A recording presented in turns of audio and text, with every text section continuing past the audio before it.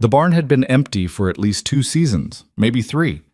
The family who'd worked that land had packed up and gone, driven out by drought or debt or something worse, the kind of leaving that doesn't come with a forwarding address. What remained was a structure that was more suggestion than shelter, a leaning wall of weathered pine on the north side, a partial roof that kept off maybe half the snow, and a dirt floor that had absorbed so many years of animal heat it almost retained the memory of warmth. Almost. Eliza had found it 4 days ago, after the boarding house on Crane Street had turned them away. Mrs. Pruitt, who ran that boarding house, had not been unkind about it. That was almost worse. The apologetic tilt of her head, the way she'd looked at the children before looking back at Eliza, the careful softness in her voice when she'd explained that she simply couldn't extend credit any further, that the room had already been promised to a trapper coming down from the northern passes, that she was sorry, truly she was. Eliza had nodded and thanked her and walked her children back out into the cold without letting her face do anything that might frighten them. She was 31 years old and she had no idea what she was going to do. Thomas had been gone for 6 weeks.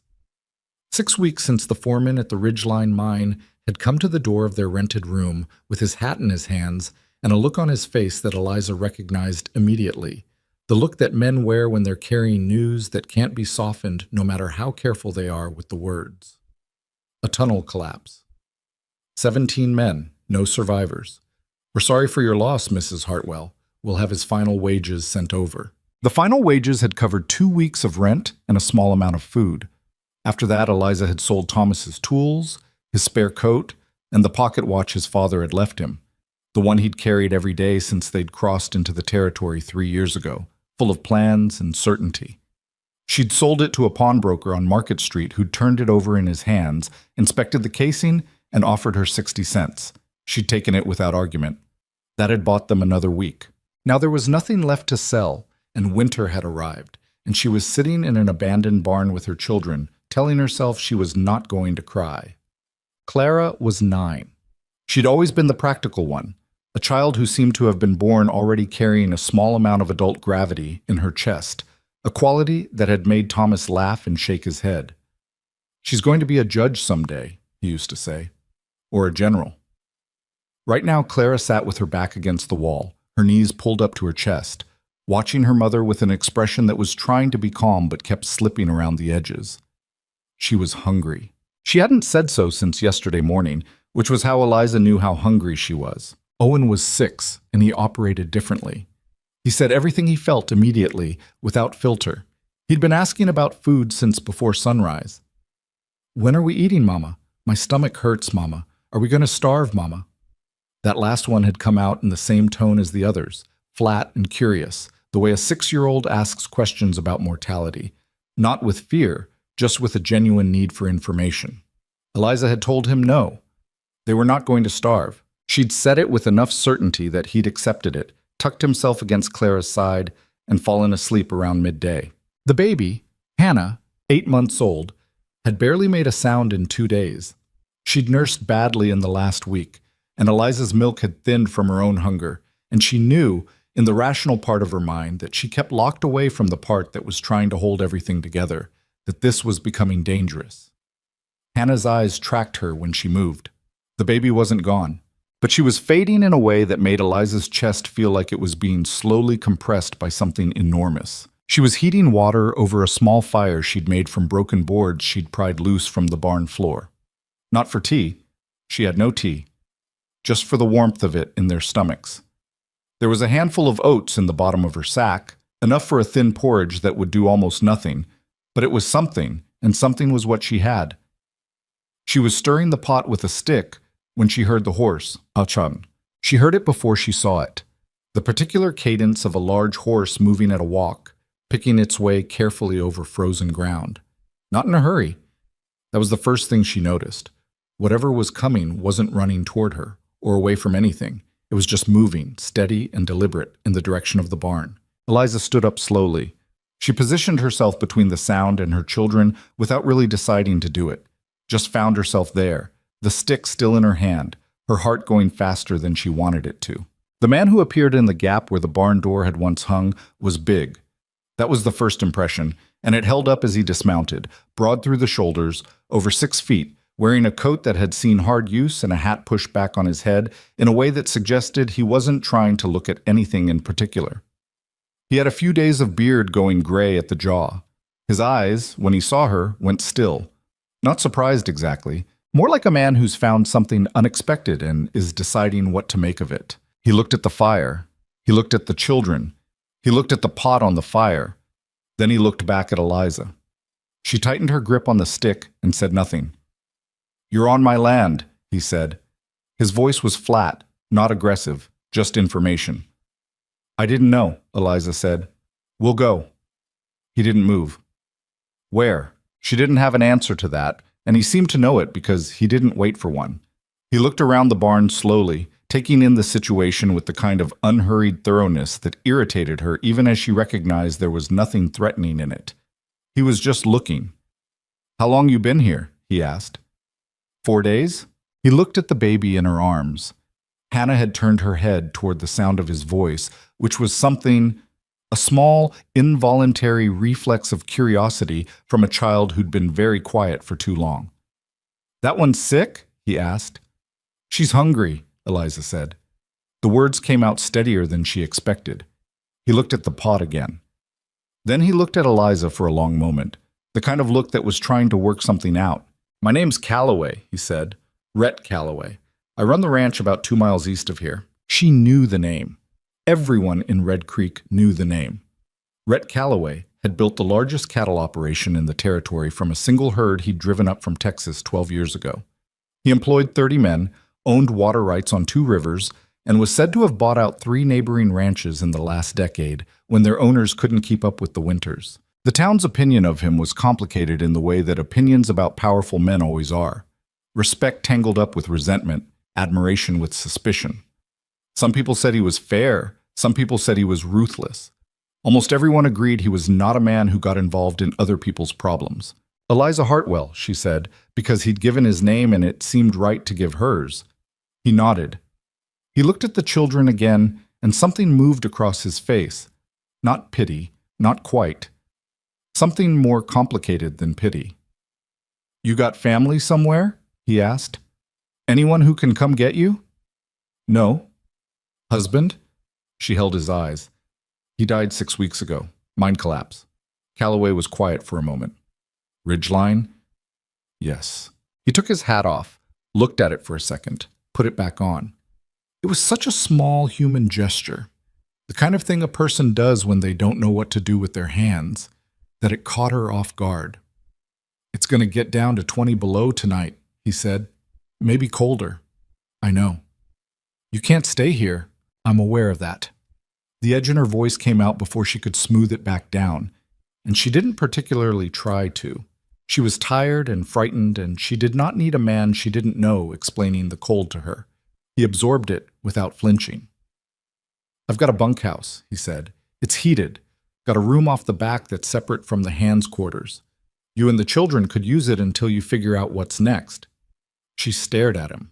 "I'm not looking for anything from you," he said, and his voice was so matter-of-fact about it that she believed him, which she hadn't expected to. "You've got a baby who looks like she needs to be warm. That's all I'm dealing with right now." Eliza looked at Clara, who was watching the man very carefully with those serious dark eyes. She looked at Owen, still asleep against the wall. She looked at Hannah, who had closed her eyes again. "Why?" she asked. Calloway seemed to consider the question honestly. "Because it's the right thing," he said. "And I don't do many right things anymore. Might as well do this one." They left the barn as the last gray light drained out of the sky. Calloway tied his horse to a fence post outside and carried Owen, still half asleep, across the frozen ground without being asked. Owen woke up enough to peer at the stranger carrying him, decided this was acceptable, and tucked his head against the man's shoulder. Clara walked beside Eliza, carrying the flour sack, saying nothing. Eliza carried Hannah and the pot and tried not to think too carefully about what she was doing. The bunkhouse was a long, low building set behind the main house. The main house being something she hadn't expected. A 2-story structure with a covered porch and lamplight visible in the lower windows. Solid and weathered, but clearly built to last. The bunkhouse had a wood stove at one end that was already going, heat rolling off it in waves that made Eliza's eyes sting. She hadn't realized how cold she'd gotten until she wasn't cold anymore. The room off the back was small. A narrow bed, a cot, a wash basin, a chair. Clean, though. Someone kept it clean. Calloway set Owen down on the cot, and the boy burrowed into the blankets like something returning to its natural habitat. He looked at Eliza. "I'll have Marta bring something over. She cooks for the house." "I don't need charity," Eliza said, and immediately felt the absurdity of saying it, standing in his bunkhouse, her baby half-starved in her arms. "I know you don't," Calloway said. He wasn't even slightly rattled by it. "She'll bring food anyway. You can be offended about it tomorrow." He left before she could respond to that. Marta turned out to be a wide, solid woman of about 50, with a face like weathered sandstone, and hands that moved with the efficiency of someone who'd been feeding large groups of people for many years. She arrived 20 minutes later carrying a pot of something that smelled so good that Eliza had to actively brace herself against it. The smell of actual food, real food, broth with meat and root vegetables. A smell that reached into some animal part of her and made her knees feel strange. Clara made a sound she immediately tried to suppress. Marta looked at her, set the pot on the wood stove to stay warm, and said, without any ceremony at all, "Sit down, both of you. Bowls on the shelf." "Thank you," Eliza said. "Don't thank me," Marta said. She was already looking at Hannah, who Eliza had settled onto the bed. "That baby needs a wet nurse or a bottle tonight. You got milk?" "Some," Eliza said. "It's been thin." Marta made a sound that wasn't quite a grunt and wasn't quite a word. "I'll bring goat's milk in the morning. Warm it up and give it to her slow. She'll take it." She said this the way a person states a fact, not a hope. After Marta left, Eliza fed the children, Clara with a focus that was heartbreaking to watch, Owen with the cheerful determination of a child eating his way back to being himself, and then nursed Hannah as best she could. And when everyone was settled and the room had gone quiet except for the crackling of the stove, she sat in the chair and stared at the ceiling and tried to work out what she'd gotten herself into. She'd heard things about Rhett Calloway. Everyone had. He'd bought out the Kaysen place 3 years ago when Jeb Kaysen got into debt. He couldn't escape. People said he'd paid a fair price. People said he'd moved too fast. People disagreed about the details the way they always do when power and money are involved. His wife had died. That much was agreed upon. 7 years ago, maybe 8. There'd been a child who hadn't survived infancy. After that, he'd closed up whatever part of him had been open before and put his energy into the ranch. And the ranch had grown, and he'd gotten harder to read and easier to resent. None of that told her who he actually was. She thought about the way he'd looked at Hannah, not with pity, not with the faintly performative concern people sometimes wore when they encountered suffering they weren't going to do anything about. He'd looked at the baby the way someone looks at a problem they've already decided to solve, before they've figured out how. She didn't know what to do with that. The next morning, Eliza was up before the children, standing in the weak winter light coming through the small window, trying to plan. She was practical by nature. It was a quality that Thomas had loved about her and occasionally found exasperating, and practicality required honesty about her situation. She was sheltering in a strange man's bunkhouse with no money, no prospects, and 3 children who needed food, warmth, and stability. She had her wits, a willingness to work, and very little else. She was not going to be someone's burden. She went to the main house before breakfast, knocked on the back door, and when Marta answered, already at work, a dusting of flour on her apron, Eliza said, "I want to earn my keep. What needs doing?" Marta looked at her for a long moment. "You cook?" "Well enough." "You do laundry?" "I've been doing laundry since I was 8 years old." Marta stepped back from the door and let her in. Calloway came in for breakfast at 7, the way he always did, and found the kitchen being run by a woman he hadn't expected to see there. He stopped in the doorway. Eliza was at the stove. She had Hannah in a sling across her chest, Marta's suggestion, using a length of cloth, and she was turning eggs in a pan with the focused efficiency of someone who'd cooked for a lot of people and didn't particularly care whether you were watching. "You don't have to do this," he said. "I know." She didn't look up. "Eggs?" He sat down. "Sure." Claire was at the end of the table working through a bowl of oatmeal with that same careful intensity. Owen was beside her, already mostly done with his, looking around the kitchen with alert curiosity. When Calloway sat down, Owen looked at him with the directness that 6-year-olds apply to most things and said, "Are you the man who brought us here?" "I am," Calloway said. "Your horse is very big." "He is." "What's his name?" "Decker." Owen appeared to find this satisfactory.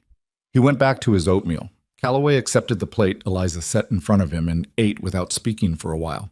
Clara watched him with those measuring eyes. Eliza moved around the kitchen with the quiet purposefulness of someone who'd decided something and wasn't going to be talked out of it. After a while, Calloway said, "What did your husband do before the mine?" Eliza was quiet for a moment. "Farming, back east, Ohio. The land there it was hard. 3 bad years in a row. He thought the territory offered something better." She paused. "He wasn't wrong, exactly. He just ran out of time before it paid off." Calloway looked at his plate. "A lot of men come out here thinking that." "I know," Eliza said. "I knew it when we came. I just believed in him." Something in the kitchen shifted slightly, a subtle change in the air. "That's not a bad reason," Calloway said. She looked at him then, directly, for the first time since the morning had started. He met her eyes for just a second before looking back at his coffee. The days developed their own shape. Eliza worked. She cooked alongside Marta, did the household laundry, mended the ranch hand's shirts and trousers when the pile got ahead of Marta's patience. Clara helped with Hannah, and sometimes with the lighter indoor chores, displaying a competence beyond her years that made Marta approve of her within the first 2 days. Owen attached himself to the periphery of ranch life with an enthusiasm that nobody quite had the heart to discourage, appearing at the barn in the mornings, watching the hands work, asking the kind of relentless questions that 6-year-olds produce, mostly about horses. Calloway's men were careful around Eliza, polite in the way that men are when the situation calls for it, and someone with authority has made the expectations clear without actually saying anything. She was aware that there would be talk in town. She was aware that it had probably already started. She told herself she couldn't afford to care about that, which was only partially true. What she hadn't anticipated was Calloway himself. He was not an easy man to know. That much was obvious from the first week. He ran his ranch with the kind of competence that came from a decade of solving hard problems with limited resources, and he managed his people with a directness that left no room for confusion about what he expected, but also no particular cruelty. He worked alongside his men. She saw that, the foreman's deference whenever Calloway picked up a tool alongside the others. He didn't perform authority. He just had it, but there were cracks in it, if you paid attention. And Eliza paid attention. She caught him more than once, standing at the window of the main house in the evening, looking out at nothing in particular. The ranch hands had told Owen, who had told Clara, who had relayed it to Eliza with characteristic precision, that Mr. Calloway used to be different before his wife died, that he used to laugh more, that the house used to have music in it because Mrs. Calloway had played the piano, and after she was gone, he'd had it moved to the barn, and nobody had been quite sure whether that was grief or practicality, and nobody had asked. One evening, Eliza went to the main house to return a mending basket and found Calloway sitting at the kitchen table with a glass of whiskey he hadn't touched, looking at a spot on the wall across from him. He didn't hear her come in. She stood in the doorway for a second, looking at his face in the lamplight, tired, the kind of tired that sleep doesn't fix, and then backed out quietly. She didn't say anything about it, but she thought about it. 2 weeks in, the first trouble came from town. She'd gone to the general store on a Friday morning, taking Clara with her to carry back supplies. Calloway had given Marta money for household goods, and Marta had handed it to Eliza without explanation, an act of quiet delegation that Eliza had accepted because arguing about it would have wasted everyone's time. The store was run by a man named Aldous Webb, who was pleasant enough on his own but visibly performed for whichever crowd he happened to have. When Eliza came in, there were 3 women near the dry goods shelves who went quiet in the way that means they'd been talking and didn't want to be caught at it. She got what she needed. She was nearly at the door when one of the women, she didn't know her name, someone's wife, someone's respectable townsperson, spoke just loudly enough to be heard. "Some women know how to take advantage of a situation," the woman said. To no one in particular. About nothing in particular. Clara's hand tightened on Eliza's arm. Eliza stopped. She stood in the doorway for a moment, the cold air coming through from outside, and made a decision. She turned around. "I'm sorry?" she said. Her voice was entirely even. The woman looked slightly surprised to be addressed. She hadn't expected Eliza to turn around. "I wasn't speaking to you," she said. "No," Eliza agreed, "but you were speaking about me, so I thought I'd save you the effort of wondering whether I heard." She looked at the woman steadily. "I have 3 children and a dead husband, and I'm working every day I'm able to. I hope that satisfies your curiosity." She turned back to the door. Clara was quiet until they were half a block from the store, and then she said quietly, "You didn't have to do that." "No," Eliza agreed. "Are you glad you did?" Eliza thought about it honestly. "Ask me again tomorrow." Clara made a sound that, in a less controlled child, might have been a laugh. She told Calloway that evening, not because she'd planned to, but because they'd fallen into the habit of talking in the evenings sometimes. Him on the porch with his coffee, her coming back from settling the children, the darkness and the cold making conversation easier somehow, the way that darkness does. He listened without interrupting. When she finished, he was quiet for a moment. "Silas Granger's wife," he said. "That would be Helen Granger. Silas runs the bank." "I don't know her." "She doesn't have a great deal to occupy her time," Calloway said. "She fills it with knowing other people's business." He paused. "Silas is going to be a problem, eventually." Eliza looked at him. "Why?" He turned his coffee cup in his hands. "I own land he wants. Water rights he needs for a development he's been planning for 2 years. He's been patient about it because he thought, correctly, that I'd never sell." He glanced at her. "I expect having you and the children here gives him new angles to work with." "Meaning what?" "Meaning he'll look for ways to make the situation useful to him." He said it without apparent concern, which she found either reassuring or alarming. She hadn't decided which. "I could leave," she said. She meant it as a practical statement, not a dramatic one. "If my being here creates problems for you, Sheik." "You're not creating problems," he said. "Silas Granger creates problems. He's been doing it for 15 years. He stood up, the wood of the porch chair creaking. "It's cold. Go inside." She went inside. She lay awake for a while afterward, listening to the wind and thinking about the way he'd said, "You're not creating problems." Not gracious, not comforting, just factual. Just a man stating what he believed to be true. She thought about the piano in the barn. She thought about Thomas, the easy way he'd had with people, the way he could walk into a room of strangers and come out with 3 friends. She'd loved that about him. She missed it. She missed him the way you miss a sound you've lived with so long you forgot to hear it, and then it stops. Grief is not a clean thing. It doesn't happen on schedule. It finds you at inconvenient moments, over a kitchen stove, in the middle of a sentence, looking out a window at land that isn't yours. She'd cried exactly twice since Thomas died, both times after the children were asleep, and both times she'd been angry at herself for it afterward, which was probably unfair, but she didn't have the energy to be fair about everything. She was not going to fall apart. She was not going to fall apart. Outside, the wind moved across the Montana plain with a sound like water, and the temperature kept dropping, and somewhere in the main house across the yard, a lamp burned in a window until well past midnight. She could see it from her small window. And she thought about a man sitting at a kitchen table with an untouched glass of whiskey, looking at nothing in particular on a wall. 6 weeks after they'd arrived, Owen asked Calloway if he could ride Decker. He did not do this quietly or indirectly.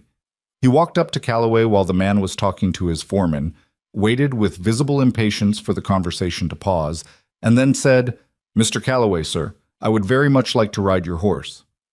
Calloway's foreman, a long-faced man named Gaines, who'd been with the ranch for 8 years, looked at the boy, then at Calloway, and very carefully looked away. Calloway looked down at Owen for a moment. "How old are you?" he said. 6 3/4, Owen said. He'd recently started including the quarters. "Have you ridden before?" "A little. Our horse back in Ohio was called Mabel. She was very old and she was slow, but I liked her." Calloway thought about this. "Decker's not like Mabel," he said. "He's not a horse for beginners." Owen's face did something complicated, not quite a frown, not quite disappointment, more like a person recalculating. "Could you teach me on a different horse first?" he said. "And then Decker?" Gaines had developed a sudden pressing need to examine something on the fence post next to him. Calloway said, "Saturday morning, 7 o'clock. I'll put you on the gray." Owen's entire face rearranged itself into something incandescent. He said, "Thank you, Mr. Calloway," and then ran back toward the bunkhouse at full speed, presumably to inform Clara of this development. Calloway watched him go. Then he said to Gaines, without particular inflection, "Don't say anything." "Wasn't going to say a word," Gaines said. The riding lesson happened as promised. Eliza watched from the fence, Hannah in her arms, Clara beside her. Calloway had put Owen on a steady gray mare named Pearl, who was approximately as likely to bolt as a fence post, and was walking him through the basics with a patience that surprised her. Patient in the technical sense, not warm, but thorough. He showed Owen where to put his hands, how to sit, how to use his legs. He corrected him without making the correction feel like a failure. When Owen got something right, Calloway didn't praise him extravagantly, just said good, and moved to the next thing, which Owen seemed to respond to better than he might have to more obvious encouragement. "He's good with him," Clara said quietly. "Yes," Eliza agreed. Clara was quiet for a moment. "Do you think he's lonely?" Eliza looked at her daughter. Those serious dark eyes, that face that carried more than it should at 9 years old. "I don't know," she said honestly. "I think he is," Clara said. "He reminds me of the way Papa was that winter in Ohio, when the second crop failed, before he decided about coming west." She paused. "Except Papa had us." Eliza didn't say anything. She held Hannah a little tighter. Out in the corral, Calloway had one hand on Pearl's bridle and was telling Owen something. She was too far away to hear the words, but Owen was listening with his whole body, the focused attention he got when he found something genuinely interesting. Calloway's voice was low. His hand was steady on the horse's neck. She thought, he's done this before. Not with someone else's child, but with someone. He knows how. She thought about the son he'd lost. She thought, stop thinking about that.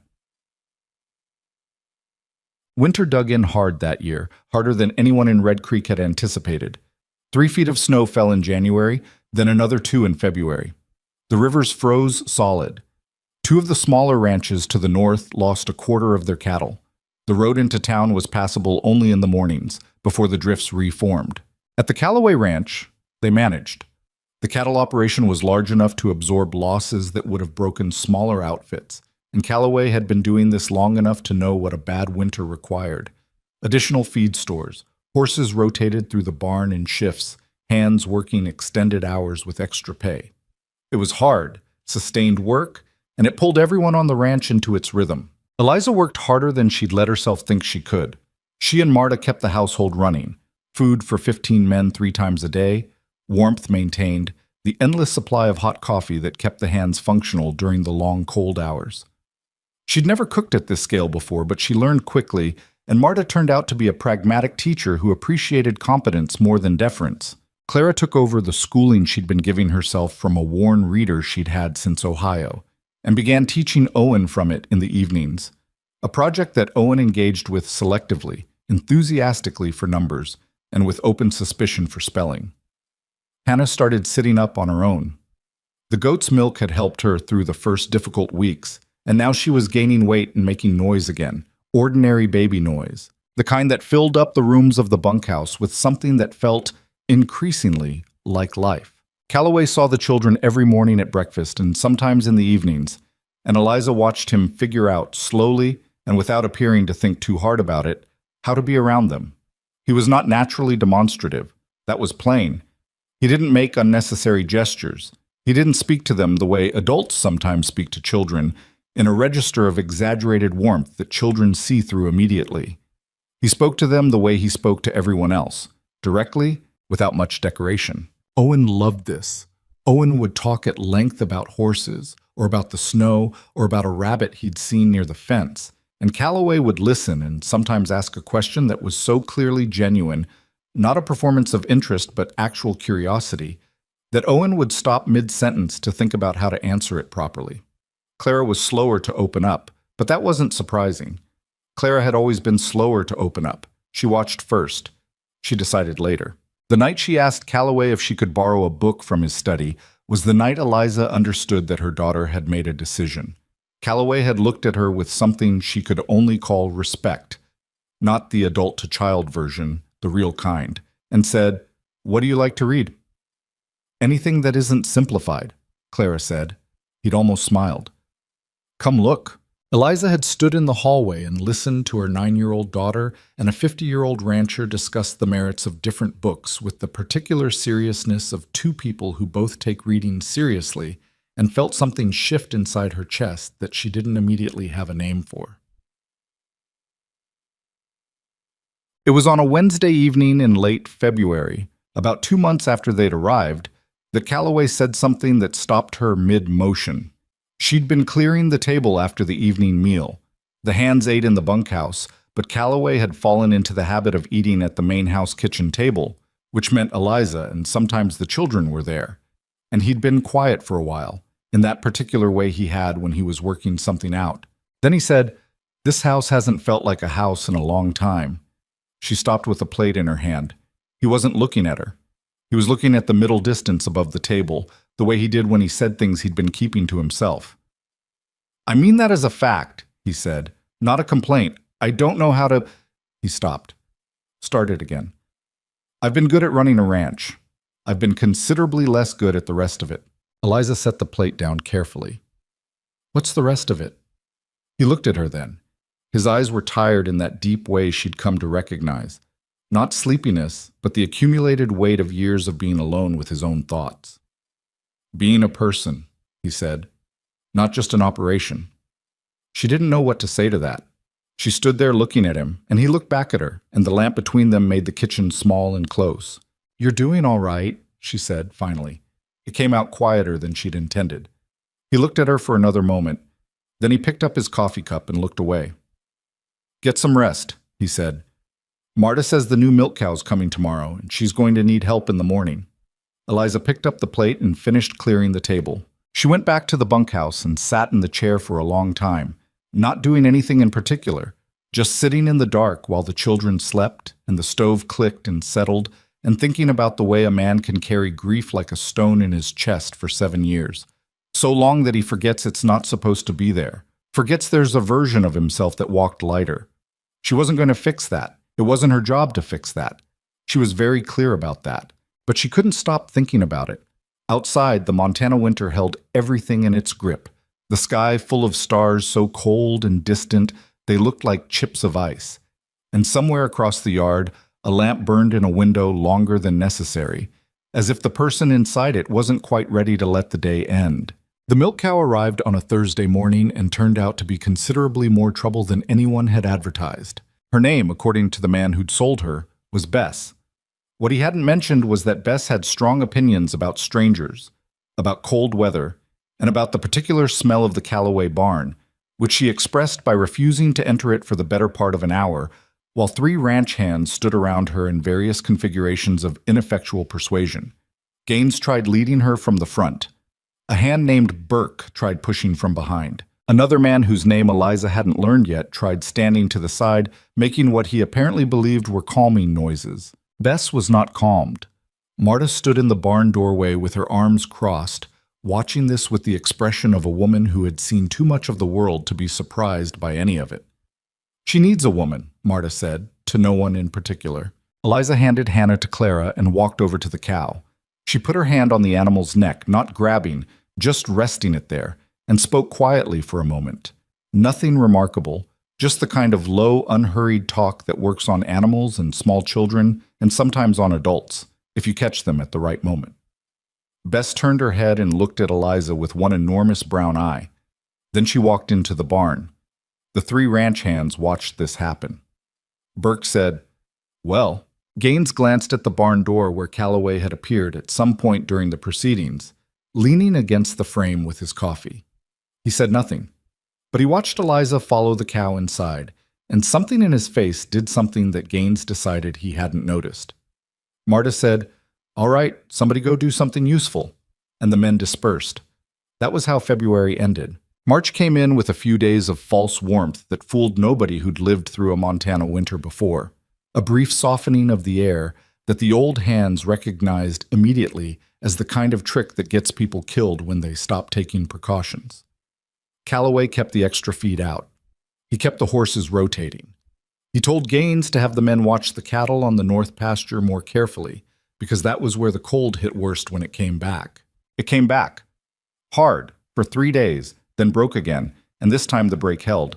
The snow began to pull back from the south-facing slopes in thin strips, like a slow retreat, and the creek that ran along the eastern edge of Calloway's land started moving again under its ice, which you could hear at certain times of day, a low, determined sound, water insisting on itself.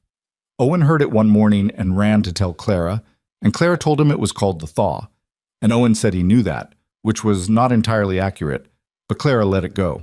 Eliza noticed the change in the children, the way you notice the change in plants when the light shifts. Not a single visible moment, but an accumulation of small things. Owen laughed more, the genuine laugh, not the one he'd been producing during the worst of the winter to keep from frightening his mother. Clara began using the future tense more readily, saying things like when it's warm enough and in the spring, phrases she'd been careful about before, as if she hadn't trusted the spring to actually come. Hannah pulled herself to standing for the first time, holding onto the leg of the kitchen table, looked at the room from this new vantage point with an expression of profound self-satisfaction, and then sat down hard on the floor and looked equally surprised about that. Eliza picked her up and held her close and laughed. A real laugh, the kind that comes from somewhere you forgot was there, and Marta, watching from across the kitchen, looked away and found something that needed wiping down on the counter. That was the afternoon Eliza let herself think, for the first time, that they might actually be all right. She didn't linger on the thought. She'd learned not to linger on things that might not hold. But it was there, briefly, like a window opening in a room that had been sealed too long. The talk in town, meanwhile, had not gotten quieter. She was aware of it the way you're aware of weather. You can't do anything about. A pressure in the air when she went to the general store. Glances from people she didn't know well enough to read. Mrs. Helen Granger, she'd learned, was not the only source of it. There were others, the wives of men who did business with the bank, who did business with Victor Crow's operation. Crow ran the second-largest ranch in the territory, adjacent to Calloway's land on the western side, and he and Calloway had a history that people referenced obliquely, in the way of a long-standing tension that didn't need to be explained to anyone who'd been around long enough. She'd asked Marta about Crow one morning, keeping her voice conversational, the way you do when you don't want to seem like you're asking. Marta had been rolling dough and didn't stop. Victor Crow, she said, has been trying to get Rhett's water rights for 6 years. Every time they go to negotiate, Rhett won't sell and Crow can't force him. So Crow goes away and thinks of another angle. She pressed her knuckles into the dough. He's a patient man, which is worse than an impatient one. What does he want the water rights for? He wants to expand north. Needs the river access to do it. Without Rhett's rights, his cattle can't make the drive to the northern range. She paused. That's a lot of money he's not making. Eliza absorbed this. And the bank? Silas Granger? Marta glanced at her for the first time. You've been paying attention. I pay attention to things that might affect the people I'm living with. Marta looked at her for a moment, then went back to her dough. Granger has been carrying Crow's loans for 3 years. Development loans, expansion capital. If Crow can't expand north, Crow can't repay, and Granger's got a problem, so Granger wants what Crow wants. She said it flat, matter of fact, as if this were simple arithmetic, which it was. They've been patient because they didn't see an opening. Now, she stopped. Now they see one, Eliza said. Marta didn't answer, which was itself an answer. Eliza finished chopping the carrots she'd been working on and didn't say anything else. But she thought about it. She thought about the way that men who want something will wait and wait and wait, and then move the moment they think circumstances have shifted in their favor. She thought about what Calloway had said on the porch in February about Granger looking for new angles. She thought, I need to not be a liability to this man. The problem was that she couldn't figure out how to accomplish that without leaving, and she didn't have anywhere to go. That night at dinner, it had become ordinary somehow. The 4 of them, and sometimes Marta at the kitchen table in the main house. The children doing the unself-conscious thing children do when they start to feel safe somewhere, which is act like they've always been there. Calloway said, with no particular preamble. I spoke to a man in town about a teaching position. Eliza looked up. What? The school teacher they had last year left in December. The county's been looking for someone. I mentioned that there was a woman at my ranch who might be interested. He looked at her steadily. You went to school yourself, more than most out here. I went through to 16, she said. It had been a point of considerable family sacrifice. Her father had made sure she knew. That's not a formal qualification. Out here it is. They don't have the luxury of formal. He cut a piece of meat and ate it and then said, I thought you should know it exists, not telling you what to do. She thought about it. She looked at Clara, who was very carefully not appearing to listen. It would help, she said carefully, if I were less... She tried to find the word that wasn't burden. Less dependent on your generosity. My generosity has been well repaid, Calloway said. Marta told me last week that you've done more work in the last 2 months than the woman she had helping before did in a year. He said it without emphasis, just reporting. Marta said that? She did. She also said you oversalt the soup, but she says that about everyone. Clara made the sound that was almost a laugh again. Owen looked up from his plate at the word soup, and then finding no soup in evidence, went back to his meal. Eliza looked at Calloway. He was eating his dinner with the focused practicality he brought to most things, not making a performance of the offer he'd just extended, not waiting for gratitude, just having said a thing and moving on. I'll think about it, she said. He nodded. That was the end of it. But she didn't stop thinking about it. She thought about it that night and the next morning, and while she was helping Marta with the bread, and while she was sitting with Hannah in the afternoon light that was starting to have some warmth in it again. She thought about the word independent and what it would feel like to have income, actual income, enough to begin building something of her own again. She thought about Clara in that borrowed schoolroom with real books. She thought about what it meant that Rhett Calloway had gone to town and spoken to someone about this without being asked. And what kind of man does that? And whether she was allowed to find that significant. She told herself no. She wasn't allowed to find it significant. He was a practical man who saw a practical solution to a practical problem. That was all. She was aware that she was telling herself this with a degree of emphasis that suggested she didn't quite believe it. She took the teaching position. The schoolhouse was a single room at the east end of Red Creek's main street, with a wood stove, 16 desks of varying sizes, and windows that let in a remarkable amount of wind. The county offered a wage that was modest but real.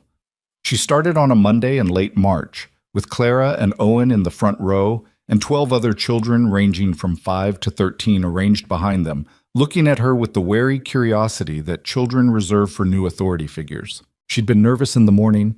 She hadn't said so. She'd put on her cleanest dress, the dark blue one, and done her hair properly, and Calloway had looked at her across the breakfast table and said, "You look like you know what you're doing," which was such a precise thing to say to a person who needed to hear exactly that she'd had to look away. By the second hour of that first day, she remembered that she was actually good at this. She'd always been good at explaining things. She found the gaps in the children's understanding with the efficient precision of someone who'd been doing it informally for years, teaching her own children, teaching Thomas to read better than he had when they'd married. She reorganized the older students into helping with the younger ones, which gave the older ones ownership and reduced the chaos of trying to manage 6 teenagers at once. By noon, she had something that resembled order. By Friday, she had something that resembled a classroom. Calloway asked her, that Friday evening on the porch, how it had gone. "Harder than I expected," she said. "Better than I expected." He seemed satisfied with that answer. "The alderman boy giving you trouble? He's giving everyone trouble. He gave the last teacher trouble. He gave his mother trouble this morning when she dropped him off." She paused. "He's bored.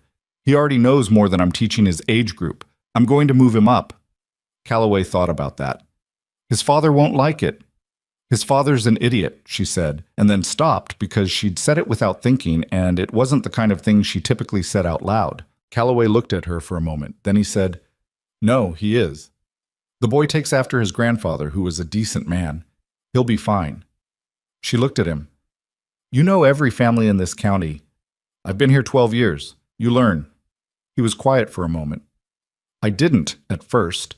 I kept to myself, mostly. Thought the ranch was enough." "Is it?" He turned his cup around in his hands. The evening was cool, but not cold. The first evening in months that could honestly be called cool rather than brutal. The sky to the west was a deep, settled blue, the kind that holds the last of the day long after the sun drops. It was enough to keep me occupied, he said.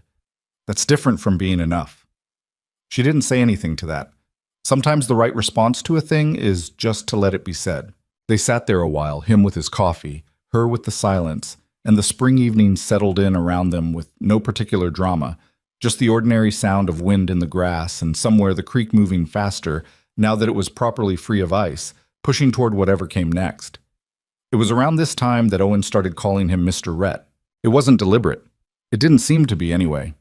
It happened one morning when Owen was asking about something to do with the cattle and said, "Mr. Rhett, why do they—" and then just kept going without appearing to notice he'd done anything, because at 6 3/4 you don't analyze your own language. You just use it.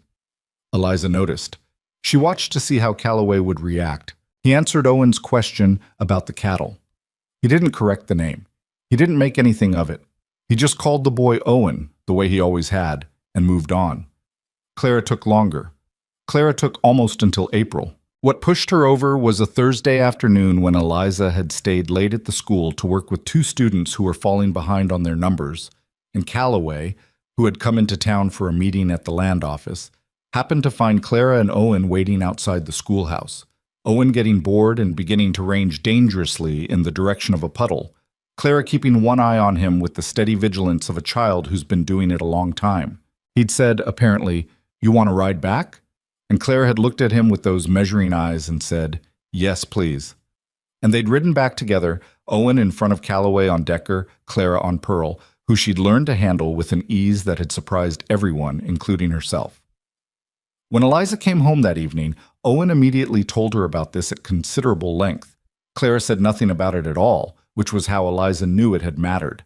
That was the evening Clara, helping clear the kitchen after dinner, said Mr. Rhett, without thinking about it, and then looked slightly surprised at herself, and then didn't correct it. Calloway was at the table with his coffee and a ledger he'd been working through. He didn't look up from the ledger, but the corner of his mouth moved in a way Eliza had learned, over months, to recognize as the thing he did instead of smiling when he thought no one was looking. She looked away before he could see her looking. It was a strange thing, building something. Not a plan. She hadn't planned any of it, but watching something take shape that you hadn't organized, that had organized itself from the material of daily life. The meals, the mornings, the evenings on the porch. Owen's writing lessons, which had expanded to include Clara, who turned out to have a natural balance that Calloway said, bluntly, was better than most hands he'd hired. The evenings when Clara borrowed books and read by the lamp while Calloway worked on his accounts, and Eliza graded papers, and Owen fell asleep in the big chair and had to be carried to bed. Domestic was the word. It was domestic. She hadn't had domestic in 8 months. She hadn't had it, she realized, in longer than that. Thomas had been good and she'd loved him, but the last years in Ohio and the years in the territory had been survival more than anything else. Always the next problem, the next hard winter, the next thing that needed more money than they had. She'd forgotten what it felt like to sit in a warm room with people she'd come to know and feel, if not entirely safe, then at least not entirely alone. She was aware of the danger in that. She was aware that she was sitting in a man's house, eating at his table, living on his land, teaching at a position he'd arranged. She was aware that the town was already making a story out of it, and that the story the town was making was not particularly charitable. And she was aware, she made herself be aware, that Rhett Calloway was a man with his own grief, his own damage, and that he did not need her projecting things onto him that he hadn't offered. But she also couldn't keep pretending she didn't see the person he was, the thoroughness of his care for his land and his people. The way he spoke to Owen, the way he'd gone to town without saying anything and arranged a job for her, not to keep her dependent, but specifically to give her the opposite. The fact that he'd never, not once, made her feel like a charity case, which was a harder thing to manage than most people would think. One evening, in early April, she came into the kitchen for a glass of water and found him at the back door looking out at the dark, still in his coat. The lamp on the table was the only light. She could see his reflection faintly in the window glass. "You should sleep," she said. It came out more direct than she'd planned, but she'd said it now. He was quiet for a moment. "I used to sleep fine," he said. Before? She didn't ask him what before meant. They both knew what before meant. The nights are long when your head won't quit, she said. How do you manage it? She thought about Thomas, about the weight of things she hadn't resolved yet, the things she still caught herself starting to say to him before she remembered. I don't, some nights, she said. I just wait for the morning. He turned from the window. In the lamp's light, he looked older and also somehow more honest than he did in daylight, less defended, the way people get when they're tired and the guards are down. Your husband, he said. Not a question exactly. Yes. You loved him. Yes. She paused. He wasn't perfect. He believed things that didn't come true. He thought if he wanted something badly enough, wanting would be enough. She looked at the window because she found it easier. I used to find that maddening. Now I don't know. It seems like a decent way to have been. Calloway was quiet. He looked at the table, the ledger that was still there from earlier. My wife, he said, and then stopped, started again. She was better at most things than I was. I didn't tell her that enough. He said it the way a person says something they've rehearsed in private many times and are saying out loud for the first time. Careful. Like it might break if you weren't careful. She knew, Eliza said. She didn't know that, but she said it, and she believed it when she said it, and Calloway looked at her with something that was not quite grief and not quite relief, somewhere in between. Maybe, he said. They stood there in the kitchen for a moment, the lamp between them, the dark outside pressing gently against the windows. Then Eliza said goodnight and went back to the bunkhouse, and she sat in the chair and looked at her hands for a while before she was able to sleep. The next morning was ordinary. Breakfast, the children, Marta arriving early to start the bread. Calloway came in at 7 and ate his eggs and drank his coffee and went out to the ranch. The night before sat somewhere between them like an object on a table. Not heavy, but present. She was glad of that, she thought, the presence of it. The trouble that had been building in the background of everything made itself more concrete in the middle of April when a man named Cotter came to see Calloway. Eliza didn't know Cotter, but she knew the type. A man hired to carry messages that the sender didn't want attached to their name.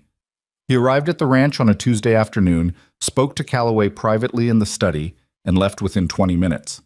Calloway came into the kitchen afterward and stood at the counter for a moment with his back to the room, which was something he never did. Marta looked at Eliza. Eliza looked at Calloway. What was that? Eliza said. He turned around. His face was composed, the way it went when he was managing something. Granger is putting together a petition. He says he has concerns about my... He said the next word with a flatness that was its own commentary. Mental fitness. To manage the ranch. To make legal decisions. The kitchen went very quiet.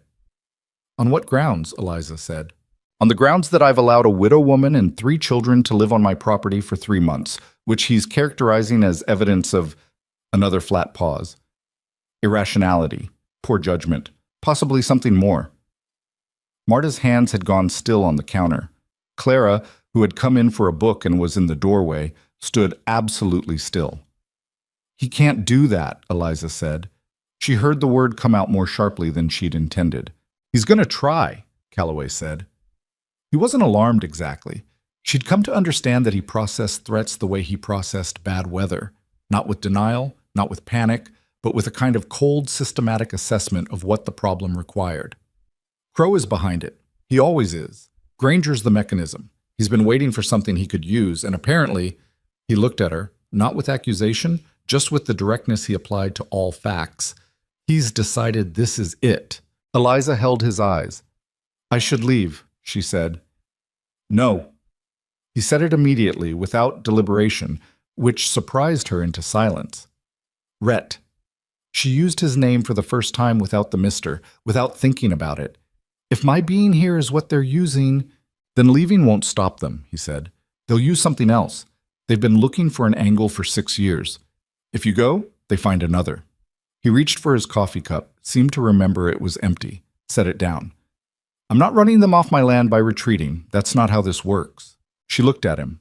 He was 50 years old, possibly, and he'd been building this ranch since he was in his late 30s, and he'd held it through droughts and hard winters, and the death of his wife and the death of his son, and the particular loneliness of a man who's good at work and worse at everything else.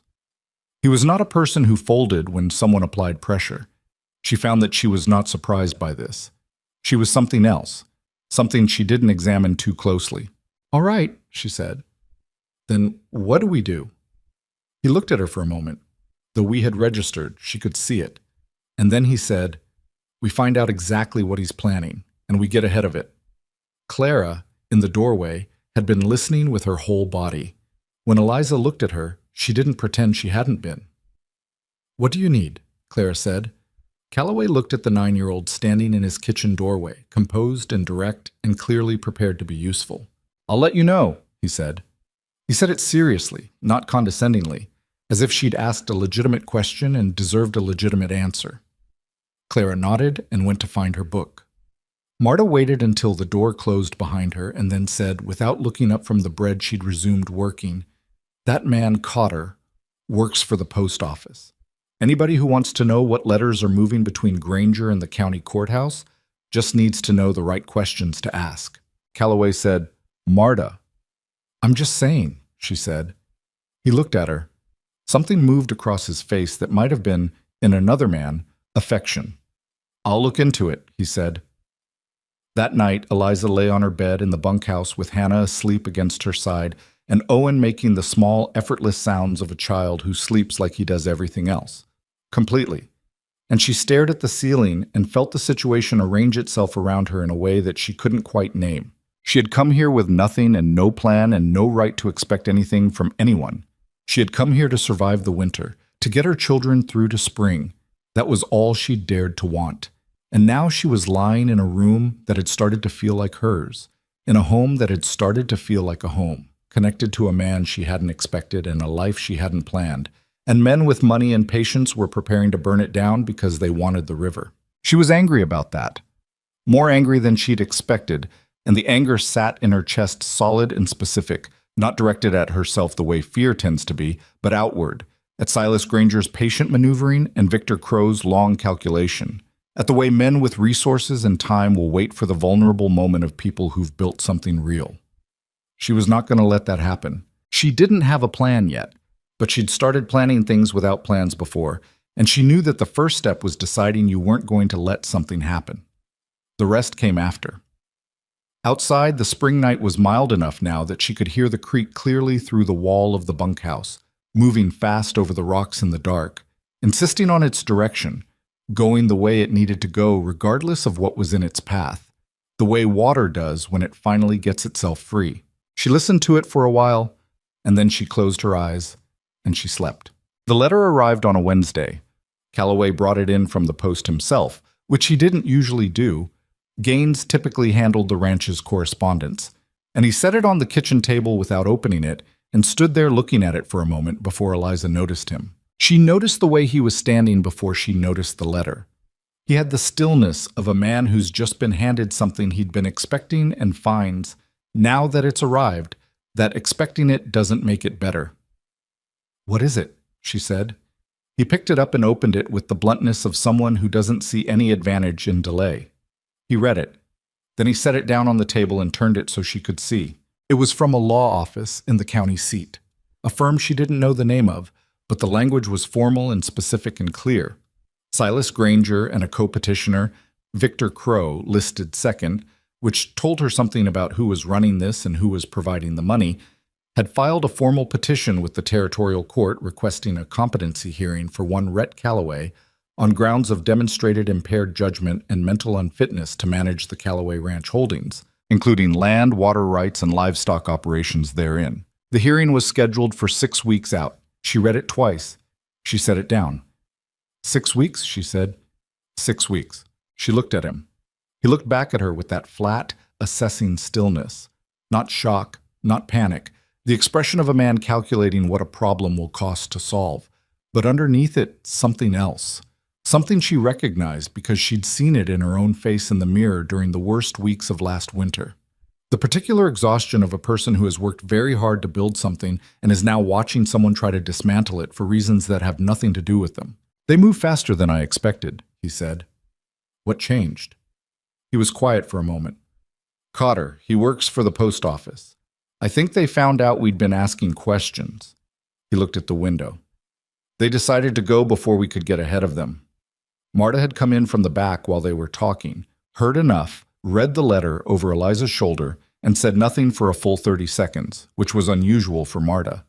Then she said, "You need a lawyer." "I know," Calloway said. "Not one from Red Creek. Someone from outside." "I know, Marta." "Because Granger has the Red Creek lawyers already." "Marta, I know." He said it without sharpness, just firmly, the way you say something to someone you trust enough to be direct with. Marta pressed her lips together and went to the stove and did something loud with a pot. Eliza read the letter a third time. She was looking for the specific language, the exact words they'd used to construct the case. Impaired judgment was mentioned twice. She found the phrase demonstrable pattern of irrational decision-making and felt her jaw tighten. She found the phrase undue influence of parties with financial interest in the estate and understood, with complete clarity, that she was the parties in question. "They're using me," she said. "They're using what I did," Calloway said. "There's a difference." "Is there, legally?" He was quiet for a moment. "That's what the lawyer will tell us."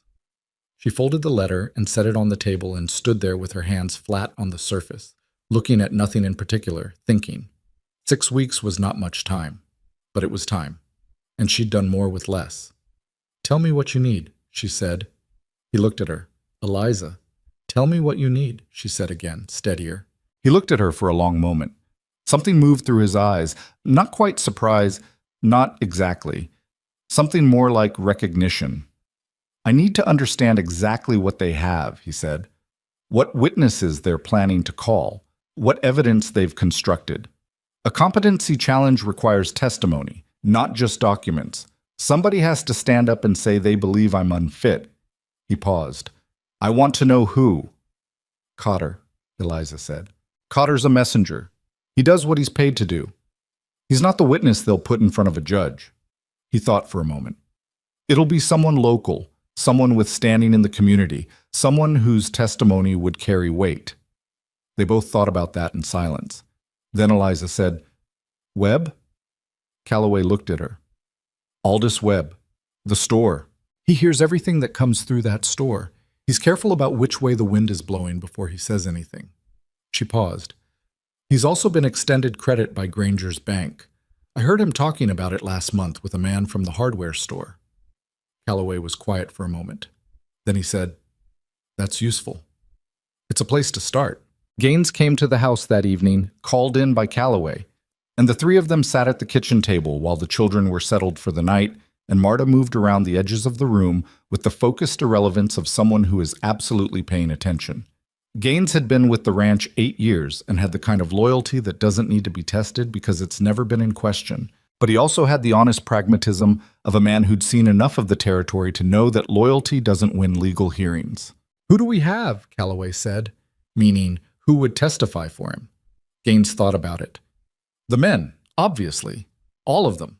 But hands testifying for their employer, that cuts both ways. A good lawyer will say they're protecting their jobs." "Who else?" "Morrison at the feed store. He's known you 12 years and he doesn't like Granger." Gaines counted on his fingers. "The Alderman family. You helped them through that bad winter 3 years ago when their well froze. Old Reeves from the Northern Range, he leases land from you and he's never had a complaint." "It's not enough," Calloway said. "No," Gaines agreed. "It's not. They need someone who knows the law," Eliza said. Both men looked at her. She'd been quiet until now, listening.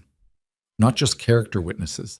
Someone who can challenge the legal foundation of what they're doing. A competency petition requires a standard of evidence. If the lawyer is good enough, he can argue the bar hasn't been met before they even get to witnesses. Calloway looked at her. "You know something about law." I know enough," she said. "My father had a land dispute in Ohio that went to court when I was 12. I sat in the back of that courtroom for 4 days and paid attention." She paused. "The other side had a better lawyer. My father lost the North Field." Another pause. "I paid very close attention." Gaines looked at Calloway. Calloway looked at Eliza. "I'll send a rider to Billings tomorrow," he said. "There's a firm there that handled my deed consolidation 8 years ago. They know land law in this territory better than anyone. It was a start. But the week that followed made clear that Granger and Crow had been preparing this longer than anyone had understood. The first sign was the men who started appearing at the edges of town, asking questions. Not openly. These things are never done openly, but quietly, the way you assemble a case, talking to people who might have seen things, heard things, formed impressions. Eliza heard about it from Mrs. Morrison at the feed store, who'd been approached by a young man with a leather satchel who asked whether she'd observed anything unusual in Mr. Calloway's behavior in recent months. Mrs. Morrison had told him, with some succinctness, that the only unusual thing she'd observed was that kind of question being asked in her store, and he'd left. But not everyone turned him away. Aldous Webb at the general store had apparently had a longer conversation. Eliza heard this secondhand from the wife of one of the ranch hands, who'd heard it from a woman whose cousin worked in the store. Webb had been talking. About what, specifically, nobody was sure, but he'd been talking. Then there was the matter of Dr. Hessler. Hessler was Red Creek's only physician, a man of about 60 who'd arrived from somewhere back east 15 years ago and had managed to establish himself as the authoritative voice on anything medical in a 100-mile radius, partly through competence and partly through the confidence of a man who is never challenged because there's no one nearby qualified to challenge him. He was not, as far as Eliza knew, a friend of Calloway's. He was not an enemy either. He was the kind of man who exists in a careful orbit between all significant parties, useful to everyone and indebted to no one, or so he'd managed to appear. On a Thursday afternoon, Hessler came to the ranch. He arrived without announcement. Calloway was out on the North Range, Gaines was with him, Eliza was at the school, and came back to find Marta in the kitchen in a state of barely contained fury. "He walked around the property," Marta said, her voice controlled in the way it gets when she's genuinely angry. "For 20 minutes, just walked around, looking. One of the hands asked what he was doing, and he said Calloway had asked him to call. Did he? No? Flat. Certain." Eliza sat down. "What was he looking at?" "Everything. The barn, the corrals, the bunkhouse." Marta paused. "The room where you and the children stay." Eliza felt something cold move through her. "He's building a picture," she said. "That's what I think." She thought about it. Hessler would be a significant witness, not just a neighbor or a business associate, but a medical professional, someone who could offer testimony with the weight of professional authority behind it. If Granger had brought Hessler in, they were more serious than she'd understood. When Calloway came back that evening and she told him, he listened without expression. "Hessler's been behind on his rent for a year," he said when she finished. "He rents his office from a building that Granger owns. Then he's not neutral. He never was. I just didn't think he'd go this far." He was quiet for a moment. "I underestimated how much they want the water." The lawyer from Billings arrived 2 days later. His name was Samuel Garrett, a man of about 45, compact and deliberate, with the kind of face that didn't give much away, and a manner that suggested he'd been in unpleasant rooms negotiating unpleasant things for long enough that almost nothing surprised him anymore. He sat at the kitchen table, read the petition, read it again, and then asked Calloway a series of questions so specific and unsentimental that Eliza found herself liking him immediately. He asked about the financial structure of the ranch, about the water rights documentation, about every interaction Calloway had had with Granger over the past 3 years. He asked about Eliza directly, with the bluntness of a man who knows that dancing around the uncomfortable thing wastes everyone's time. "You took in a widow woman and her children," he said. Not judgmentally, just the fact of it. "I did," Calloway said. "That's the foundation of their case. They're going to present it as impulsive, irrational, out of character for a man of your profile." He looked at Eliza. "They'll characterize you as having manipulated him." "I know," Eliza said. "They'll find people willing to say that. Some will believe it. Some will say it because they've been given a reason to." He set down his pen. "What I need from you, Mrs. Hartwell, is a clear account of every practical contribution you've made to this household since your arrival. Work performed. What you've cooked, cleaned, managed, every concrete thing." "Why?" "Because the story they want to tell is of a vulnerable man being exploited by a woman with nothing. The story I want to tell is of a capable woman doing an honest day's work in exchange for shelter during an emergency, with full knowledge and consent of the property owner. He looked at her steadily. Those are two different stories. Only one of them is true, and I intend to make sure the court knows which one. Eliza held his eyes. I'll write you a full account tonight. He nodded. I also need his military records, his property tax history, his deed records going back to the original land grant. I need character witnesses who aren't employees. I need anyone who's had a business dealing with him in the last 5 years and came out of it thinking he was a reasonable man. I can give you 20 names, Calloway said. Good, I'll need 30. He picked up his pen again. And I need to understand their witnesses, who they're planning to call. Webb? Eliza said. Hessler, probably Cotter. Garrett wrote the names down. Cotter I can manage, Webb I can manage. Hessler, he paused. Hessler is more difficult. A medical professional carries weight with the judge. I need to understand the basis of his testimony before I can undercut it. He walked around my property without my knowledge or consent, Calloway said. That's useful, Garrett said. He wrote something.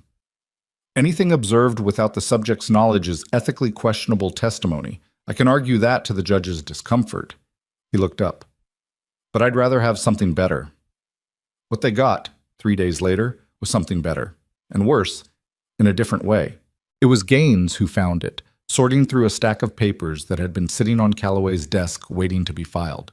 A habit of administrative delay that Calloway had always had, and Gaines had always compensated for. Among the papers was a letter, dated 2 months earlier, from a man named Pratt in the county assessor's office. The letter referenced a meeting that Calloway had apparently had with Granger in January, before any of this had become public, before the petition had been filed, in which Granger had, according to Pratt's account of a conversation he'd had with a clerk in Granger's bank, laid out the broad strokes of what he was planning. The letter was circumstantial. Pratt's account of what he'd heard was secondhand and would not hold up as direct evidence. But it was a timeline. It proved that the petition had been in development since January at the latest, which meant it had been planned before anyone could reasonably argue that Eliza's presence had created the concern. Which meant, Garrett said when he read it, that the stated grounds for the petition were not the real ones. That's fraud, Eliza said. That's the argument I can make, Garrett said carefully. Fraud is what it is when I prove it to the court's satisfaction. Can you? He looked at the letter. He looked at Calloway. He set the letter down with the deliberateness of a man who's thinking in several directions at once. I can make their position considerably more difficult, he said, which is what we need. Meanwhile, the town was doing what small towns do when there's a story available to tell. Eliza felt it in the schoolroom. The slight shift in the way certain parents dropped off their children, the extra second of hesitation, the looks that weren't quite hostile but weren't comfortable either. She felt it at the general store, where Webb was cordial in the practiced way of a man who's made a decision he knows will have consequences and is managing the discomfort of it. She did not feel it everywhere. That was worth noting. Mrs. Morrison was unchanged, brisk, direct, treating Eliza exactly as she had before. The Alderman family, whose son she'd moved up a grade level, went out of their way to be warm. Old Reeves, who leased the northern rangeland from Calloway, had apparently told someone in the barbershop that anyone who thought Rhett Calloway had lost his mind hadn't been paying attention and could take that opinion and put it somewhere uncomfortable. There was a split in the town. It wasn't clean and it wasn't comfortable, but it was real, and Garrett said it was their best resource. A community's opinion, he told them one evening, can't substitute for law, but a judge who sees a room full of people who think the petition is manufactured will weight that.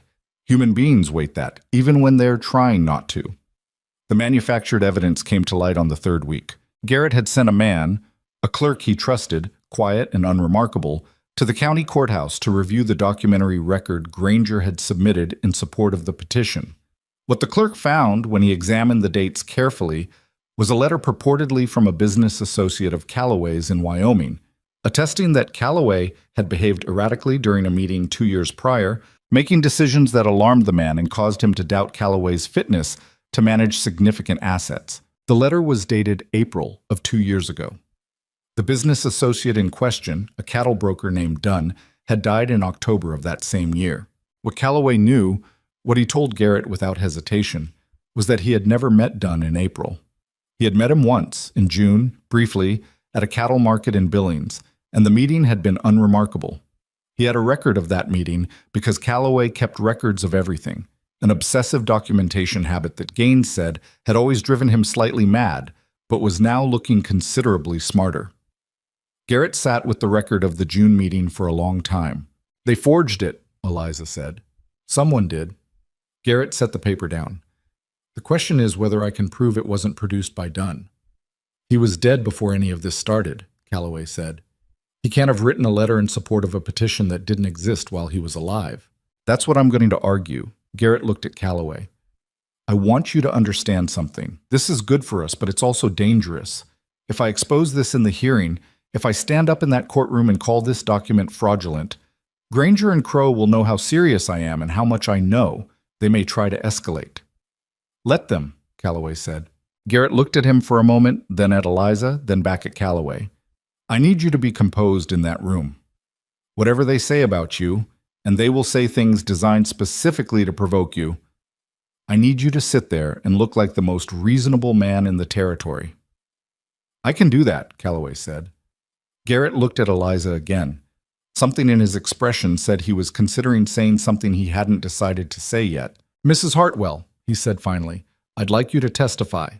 She'd been expecting this and not expecting it simultaneously. "About what?" "About your arrangement at the ranch. About your work there. About the nature of your understanding with Mr. Calloway." He paused. "They will attempt to use your presence as evidence of his irrationality. I want to use your testimony as evidence of his practicality and character. You are a school teacher, a widow, a mother. You work. You are not a woman who exploits people." Another pause. "I need you to be able to say that clearly, under questioning, in front of a room full of people who may not want to believe it." Eliza looked at Calloway. He was watching her with the steady, measured look she'd come to know, not asking, not pushing, just present. "I can do that," she said. Garrett nodded. "There will be cross-examination. The opposing lawyer will try to rattle you. He will ask personal questions, inappropriate ones, designed to embarrass you or make you appear defensive." He said it without apology, just the facts of what she'd face. "I need you to answer every question calmly and completely. Nothing withheld, nothing added." "I've done nothing I'm ashamed of," she said.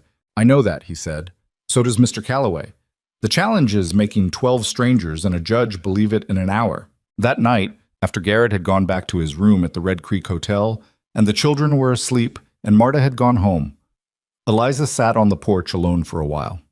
The spring night was full dark, the stars abundant in the way they get out here where there's no other light to compete, and the air smelled like grass and creek water, and the faint sweetness of something blooming somewhere to the south. Calloway came out after a while and sat down. They didn't say anything for a while. That was something she'd grown comfortable with, the particular ease of sitting with a person and not needing to fill the silence. After a while, he said, "I'm sorry." She looked at him. "For what?" "For this being what it's become." He said it looking at the dark. "You came here for shelter, a room out of the cold. I didn't—" He stopped, started again. "I didn't consider that it might put you in this position." "Did you consider not letting us in?" she said. He was quiet for a moment. "No." "Then don't apologize for it." She looked back at the dark. "I made my own choices. I stayed because I chose to stay. I worked because I chose to work. Whatever I'm facing in that courtroom," she paused, "I'll face it because I was here, and I was here because it was right to be here." He looked at her then, full on, the way he sometimes did in unguarded moments, directly, without the distance he usually kept between himself and the world. "You're not afraid?" he said. She thought about that honestly. "I'm afraid," she said. "I just don't let it make decisions for me." He was quiet for a long moment. Then he said so quietly she almost missed it, "Thomas was a lucky man." She didn't know what to do with that. She sat with it for a moment, feeling its weight. "He was a good man," she said. "That's different." Calloway nodded, looking away again. "Yes," he said. "That's different." They sat there until the cold came back into the air, the way it does in Montana, even in spring, and then they went inside. What happened next came without much warning, which was part of how it was designed to. 4 days before the hearing, Victor Crow rode to the ranch himself. Eliza was at the school when it happened, so she heard about it afterward from Gaines, who'd been present. Crow had come with 2 men she didn't know, not as threats exactly, but as presents. The kind of presence men bring when they want to communicate seriousness without having to say it. He'd asked to speak with Calloway privately, which Calloway had declined, telling Gaines to stay. What Crow had offered, according to Gaines, was a settlement. The hearing withdrawn, the petition dropped. In exchange, Calloway would sell the southern water rights. Not all of them, Crow had apparently been careful to say, just the southern access. At a price he'd characterized as generous. Calloway had listened to all of it without expression, and then he'd said, no. Crow had tried several other angles. He'd referenced the difficulty of legal proceedings, the cost, the public exposure. He'd said, and this was the part that Gaines reported with particular flatness, that it would be better for everyone if this were resolved quietly, without bringing certain people's private circumstances into a public courtroom, certain people being Eliza. Calloway had stood up and told Crow and his men to get off his land. When Eliza came home from the school that afternoon, she found Calloway at the fence watching the hands work the cattle through the south gate, and she went and stood beside him and said, Gaines told me. I figured he would.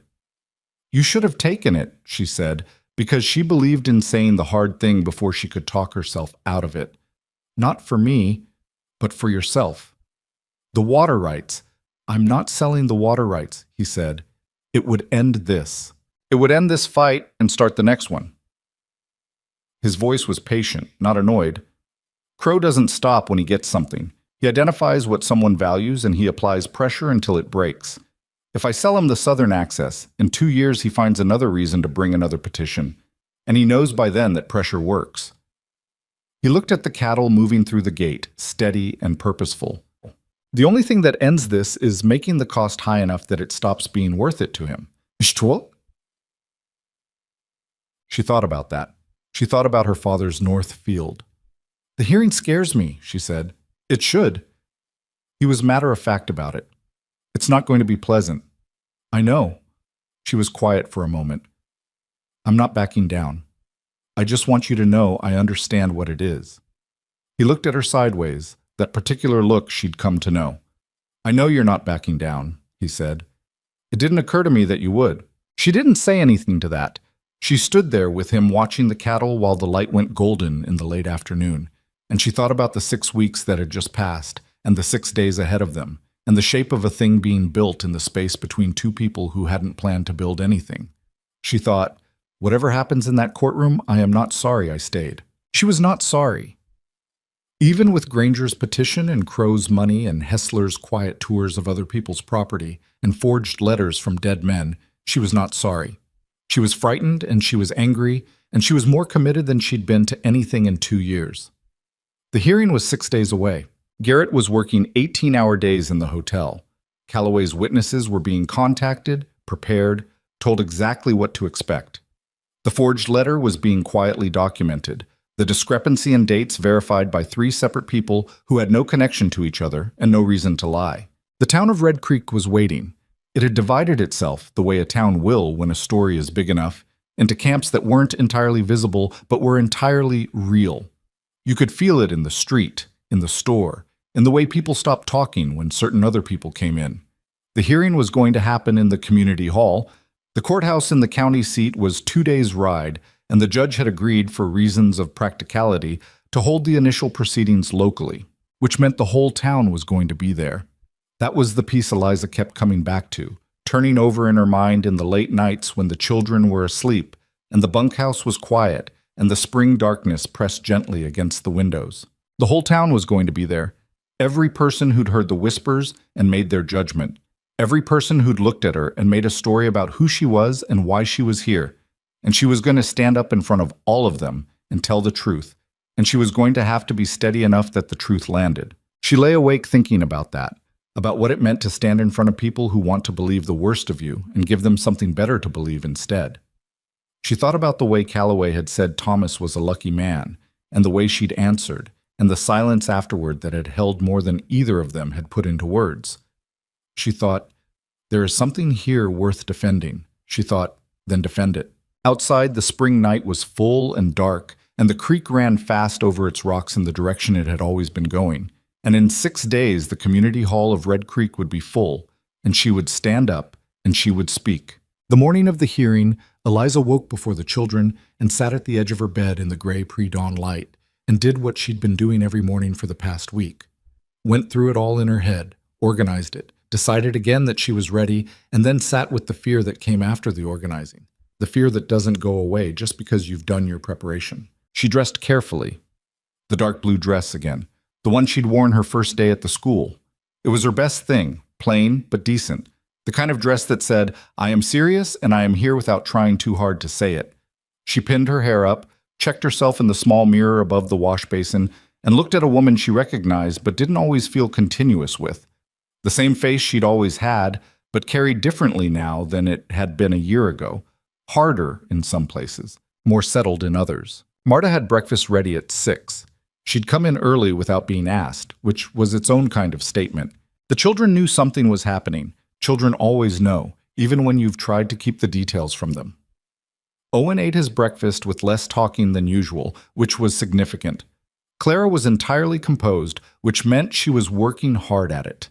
Hannah, who knew nothing except that the morning felt different, watched everyone from her spot on the kitchen floor with the alert, solemn interest of a baby who is more perceptive than anyone gives her credit for. Calloway came in at 6:30. He was dressed in the good suit she'd seen him wear once before, to a meeting in town she hadn't asked about. It fit him well enough, the suit of a man who doesn't wear one often, but knows how to carry himself regardless. He sat down, drank his coffee, ate what Marta put in front of him.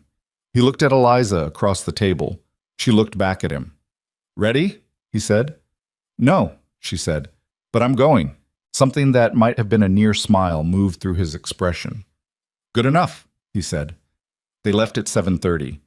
Gaines drove the wagon, Eliza and the children in the back, Calloway up front beside Gaines, Marta following in her own rig because Marta had decided she was going and no one had argued. Several of the ranch hands rode alongside, not instructed to, not asked, just present, the way people are when something matters and they want to be counted. The community hall in Red Creek was full when they arrived, which Eliza had expected and was still not entirely prepared for. The whole town, or nearly, every face she'd come to know in 4 months of teaching, of shopping at Webb's, of walking to and from the schoolhouse. Some of those faces were friendly, some were not. Most were the careful neutral of people who haven't decided yet, or have decided but haven't committed to showing it. She walked in with her chin level and her hand steady, Clara on her left, Owen on her right, Hannah on her hip, and she did not look at anyone in particular, and she did not look away from anyone either. She just walked. Garrett was already at the respondents' table, Calloway's side, with a stack of documents in front of him, and the unruffled quality of a man who has been in rooms like this many times and stopped finding them remarkable. He looked up when they came in and gave a single nod. Across the room at the petitioner's table sat the opposing lawyer, a man named Holloway, whom Garrett had described as competent and aggressive, the kind of lawyer who wins by making the other side uncomfortable. He was younger than Garrett, with a sharp, narrow face and the particular alertness of a man who is always calculating. Beside him sat Silas Granger, who was everything his wife was not in terms of surface presentation. Quiet, contained, expensively dressed, with the patient self-possession of a man who believes he is about to get what he has been waiting for. Victor Crow was at the end of the row, behind the petitioner's table.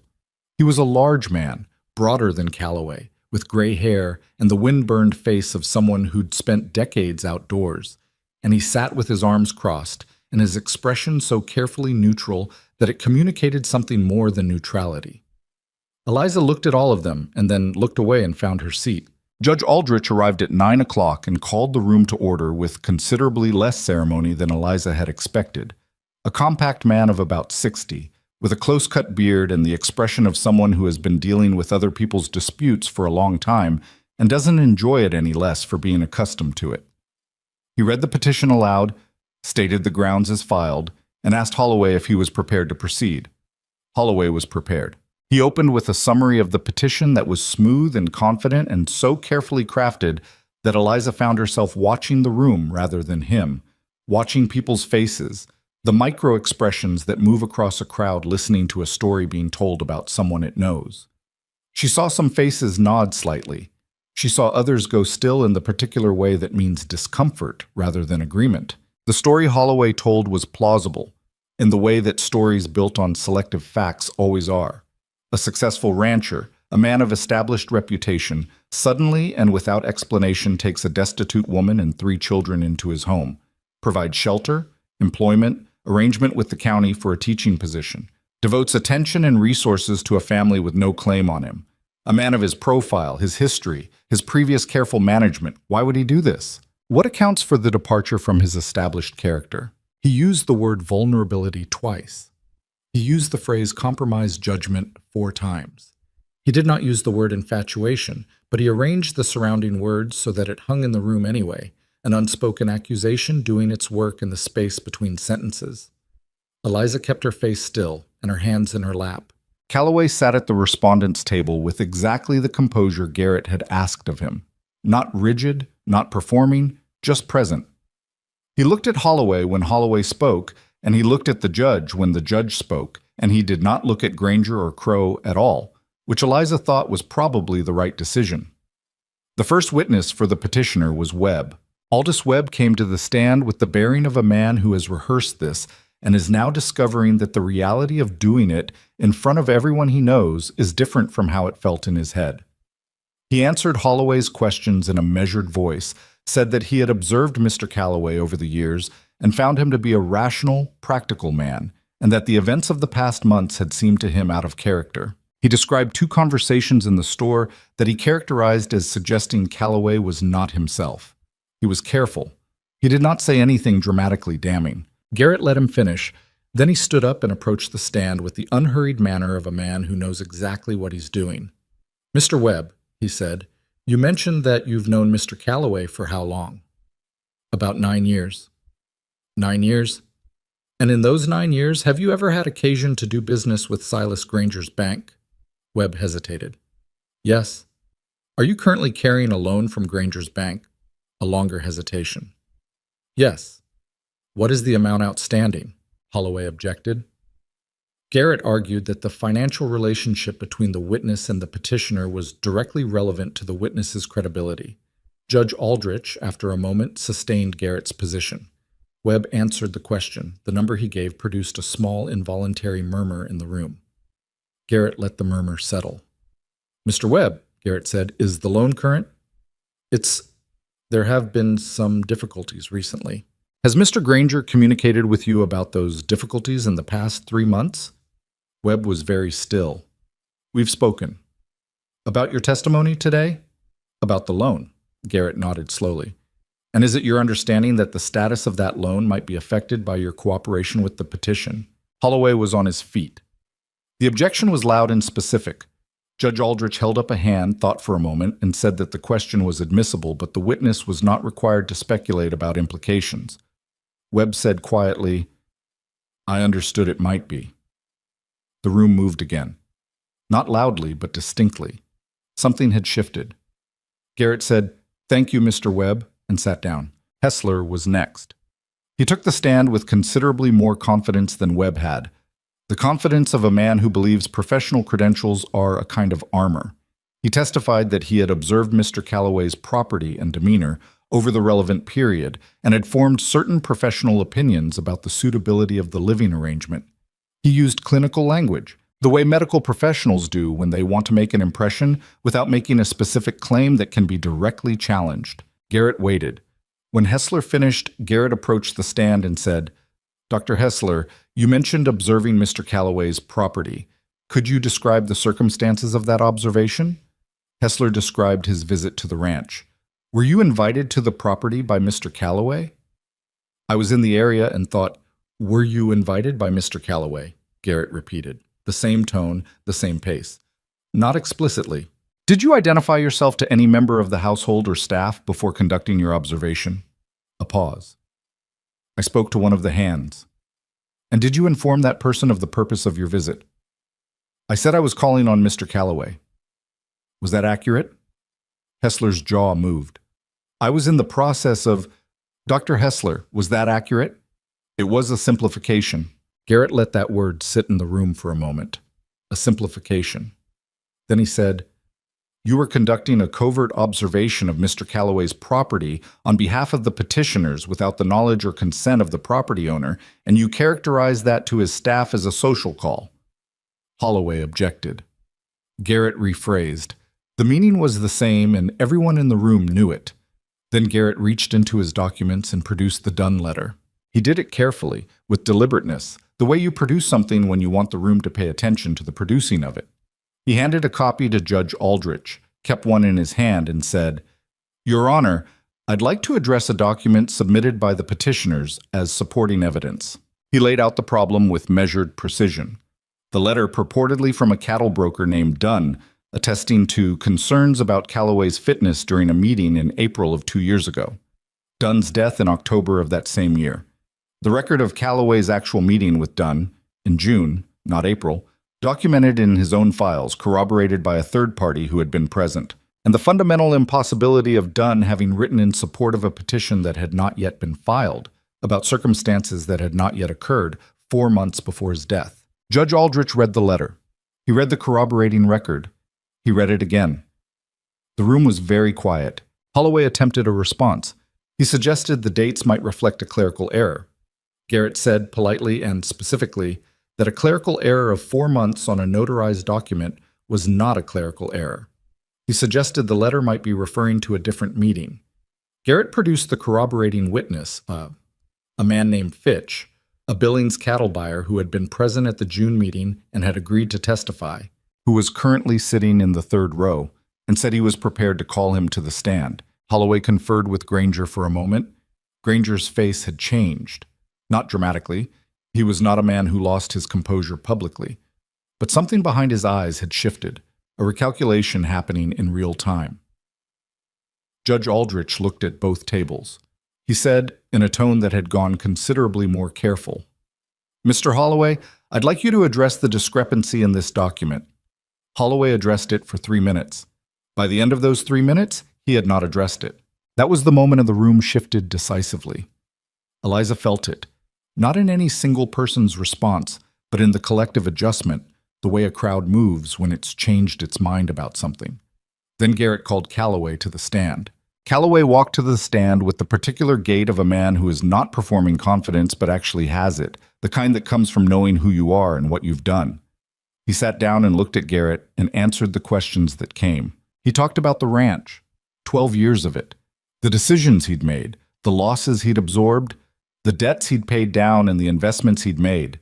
He talked about it in the flat, specific terms of a man who has run something hard for a long time and has the numbers memorized because they matter to him, not to impress anyone. Garrett walked him through his military record, 2 years in the cavalry, an honorable discharge, a citation he mentioned briefly and without elaboration, the way soldiers mention things they'd rather not make into a performance. Then Garrett said, "Mr. Calloway, why did you allow Mrs. Hartwell and her children to stay at your ranch?" Calloway looked at the question for a moment, not stalling, considering. "Because there was a baby that needed to be warm," he said, "and I had a room that was heated, and doing nothing seemed wrong." "Was there any expectation of benefit to yourself?" "No." "Any expectation of compensation?" "No." "Then why continue the arrangement past the immediate emergency?" Calloway was quiet for a moment. "Because Mrs. Hartwell turned out to be someone who works. She came to my housekeeper the next morning and asked what needed doing. She took a teaching position when I mentioned one was available. She has not, at any point, been a burden to this operation." He paused.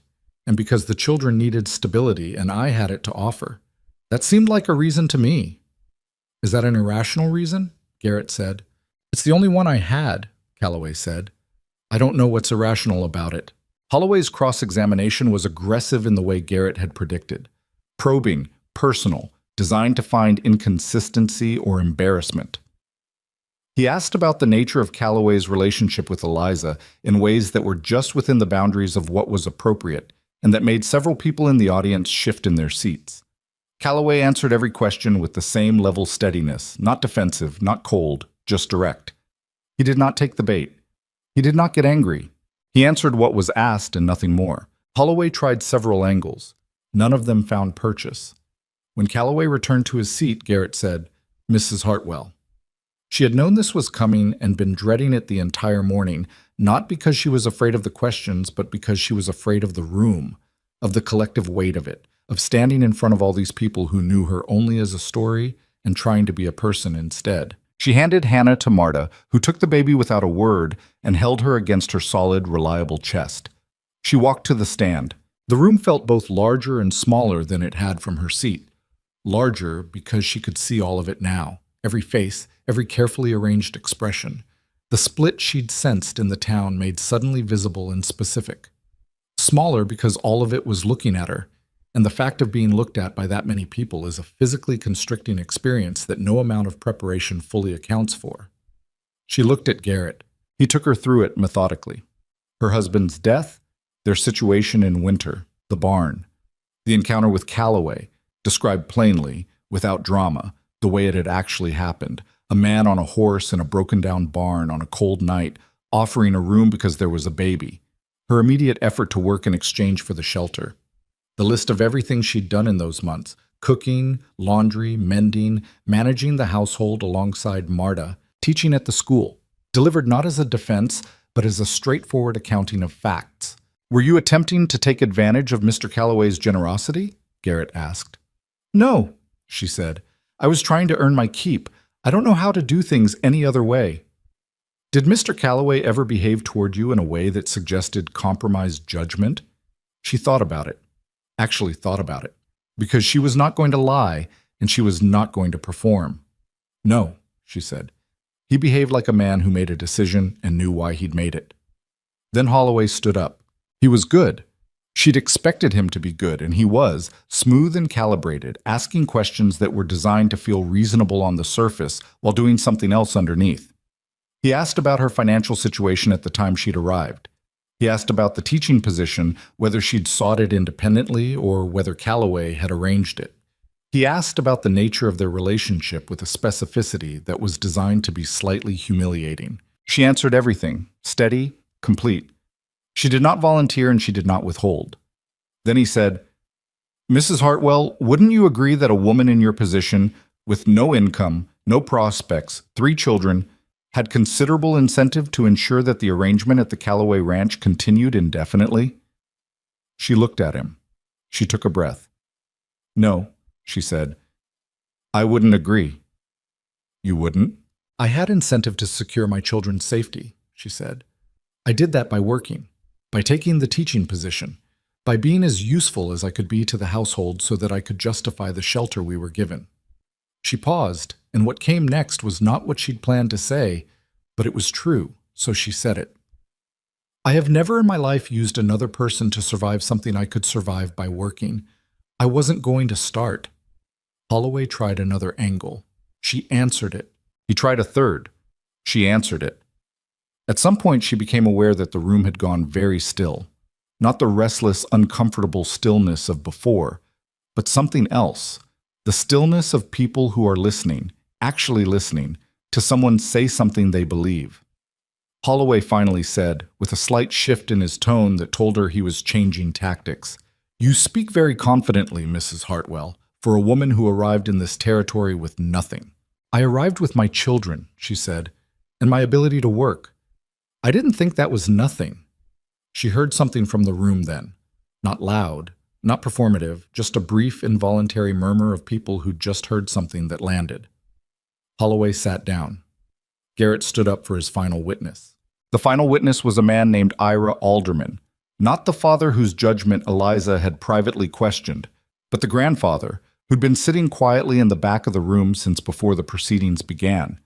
He was in his 80s, a man who'd been in the territory since before there was a territory, and he had the particular authority of someone whose tenure in a place goes back far enough that nobody questions their right to speak.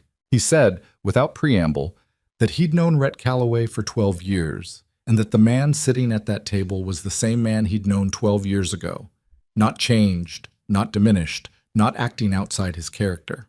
"Letting a widow woman and her children stay out of the cold is not outside his character," he said. "It's exactly his character. The fact that some people in this room profited more when he had no one to think about except his ranch isn't a medical concern. It's just inconvenient for them. Holloway objected to the characterization. Judge Aldrich allowed it.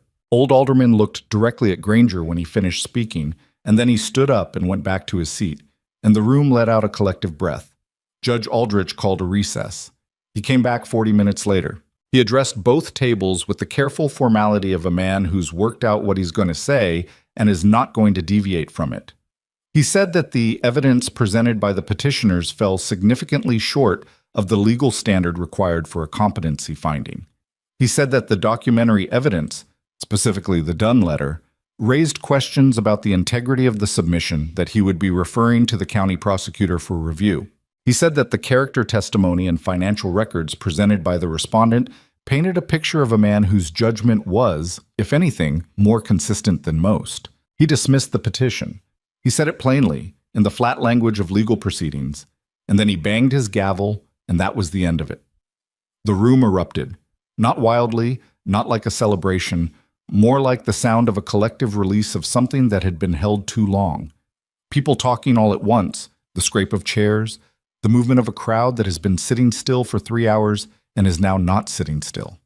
Eliza sat for a moment and didn't move. She was aware of Garrett shaking Calloway's hand. She was aware of Gaines, 2 rows back, exhaling with something that sounded like relief. She was aware of Marta, still holding Hannah, who had fallen asleep at some point during the proceedings, with the profound indifference of infants toward legal drama. She was aware of Granger standing at the petitioner's table, his face composed in that careful way, already calculating whatever came next for him. She was aware of Crow, behind him, arms still crossed, jaw set, not destroyed, not diminished in the way she'd hoped, but denied. For now, denied. She looked at Calloway. He was looking at her, not saying anything, just looking, the way he did sometimes, the direct look without distance that he'd become less careful about over the past months. His expression held something she'd come to understand was as close to relief as he allowed himself to show in public. A fractional loosening around the eyes, a breath that went deeper than it had all morning. She looked back at him. And then Owen was suddenly beside her, having detached from Clara and threaded his way through the moving crowd with the focused determination he applied to things that mattered to him, and he put his hand on her arm and looked up at her and said, "Did we win?" "Yes," she said. "We won."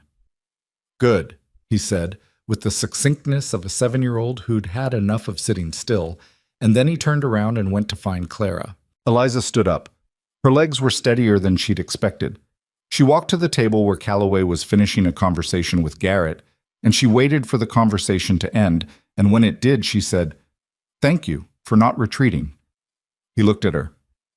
"You're the one who testified," he said. "We both did," she said. He was quiet for a moment. Around them, the room was still moving and talking, people coming over, neighbors, the hands, Gaines with his long face less carefully controlled than usual, Old Alderman's grandson pumping Calloway's hand with the enthusiasm of youth. The community of a place doing what communities do when something has been decided. "I'd like to ask you something," Calloway said. He said it in a lower voice, below the noise of the room. She waited. "I'd like you to stay," he said. "Not," he stopped, recalibrated. "Not as a housekeeper. Not on the terms we've been on." He looked at her with that straight-on look. "I know it's not the right moment, and I know you've been through enough today without me adding to it, but I've been thinking about it for 2 months, and I don't know how to say it differently." He paused. "I'd like you to stay." She looked at him for a long moment. She thought about the barn on the edge of his land, where she'd been huddled against the cold with her children and a handful of oats.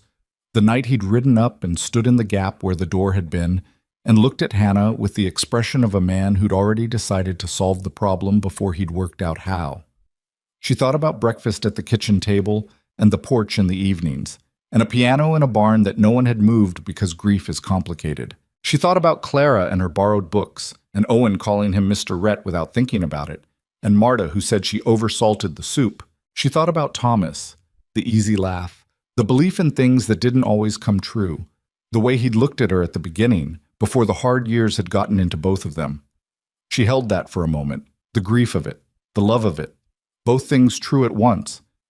And she thought about what she'd said on the stand when Holloway had pushed her, I have never in my life used another person to survive something I could survive by working. She had survived. She had worked. And somewhere in the working, something she hadn't expected had come alongside, steady and plain and real. I know it's not the right moment, she said, echoing him gently. Ask me again when it is. He looked at her. Something shifted in his expression. Not disappointment, not quite. Something that understood. All right, he said. I'm not saying no, she said. She wanted that to be clear. I know, he said. Around them, the community hall of Red Creek was loud and moving and alive, the way a room full of people is when something has shifted and the shifting has made space for something new. Outside, the Montana spring was fully arrived. The grass coming up green in the fields, the creek running clear, the sky that particular shade of open blue that only exists at altitude, wide enough to hold anything. Eliza picked up her hat from the seat and walked toward the door, toward the light. Behind her, Calloway said nothing, but she heard him follow. The right moment, it turned out, was a Tuesday, not a significant Tuesday. Not a day marked by anything particular. No occasion, no anniversary, no event that gave it the shape of a moment worth remembering. Just a Tuesday in late May, 3 weeks after the hearing, when the ranch was in the full business of spring and the light came in long and gold across the grass in the late afternoon. And Eliza was sitting on the porch steps watching Hannah attempt to pursue a beetle across the dirt with the focused, doomed ambition of a 10-month-old who has recently discovered forward motion and has not yet reconciled her ambitions with her abilities. Calloway came around the side of the house from the direction of the barn. He'd been working with Gaines on something involving the south fence, and he had dirt on his hands and the slightly worn look of a man who'd been outside for most of the day doing physical work. He stopped when he saw her on the steps, and she looked up at him, and they looked at each other for a moment in the ordinary way that had stopped being ordinary somewhere in the past 2 months without either of them marking the exact point. He sat down on the step beside her. Not dramatically, just sat down. You said to ask again when it was the right moment, he said. She kept her eyes on Hannah, who had cornered the beetle against a stone and was studying it with intense concentration. I did. I don't know if this is the right moment, he said.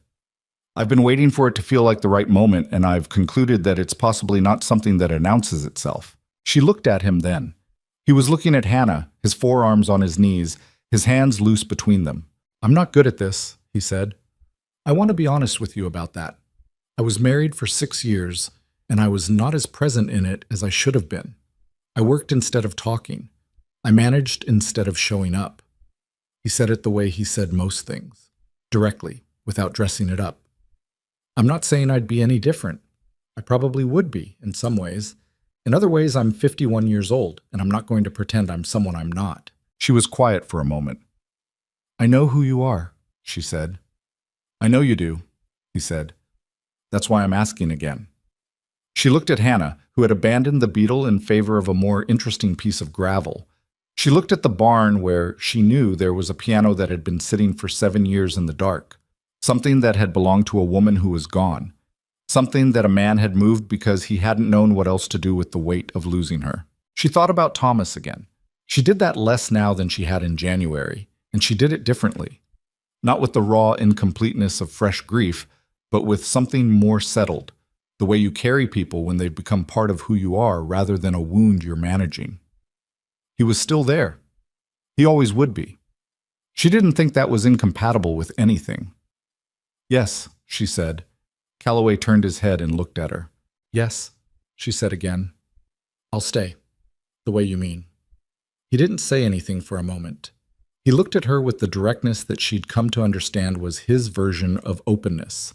Not effusive, not demonstrative, just the willingness to let himself be seen, which, for a man like him, was not a small thing.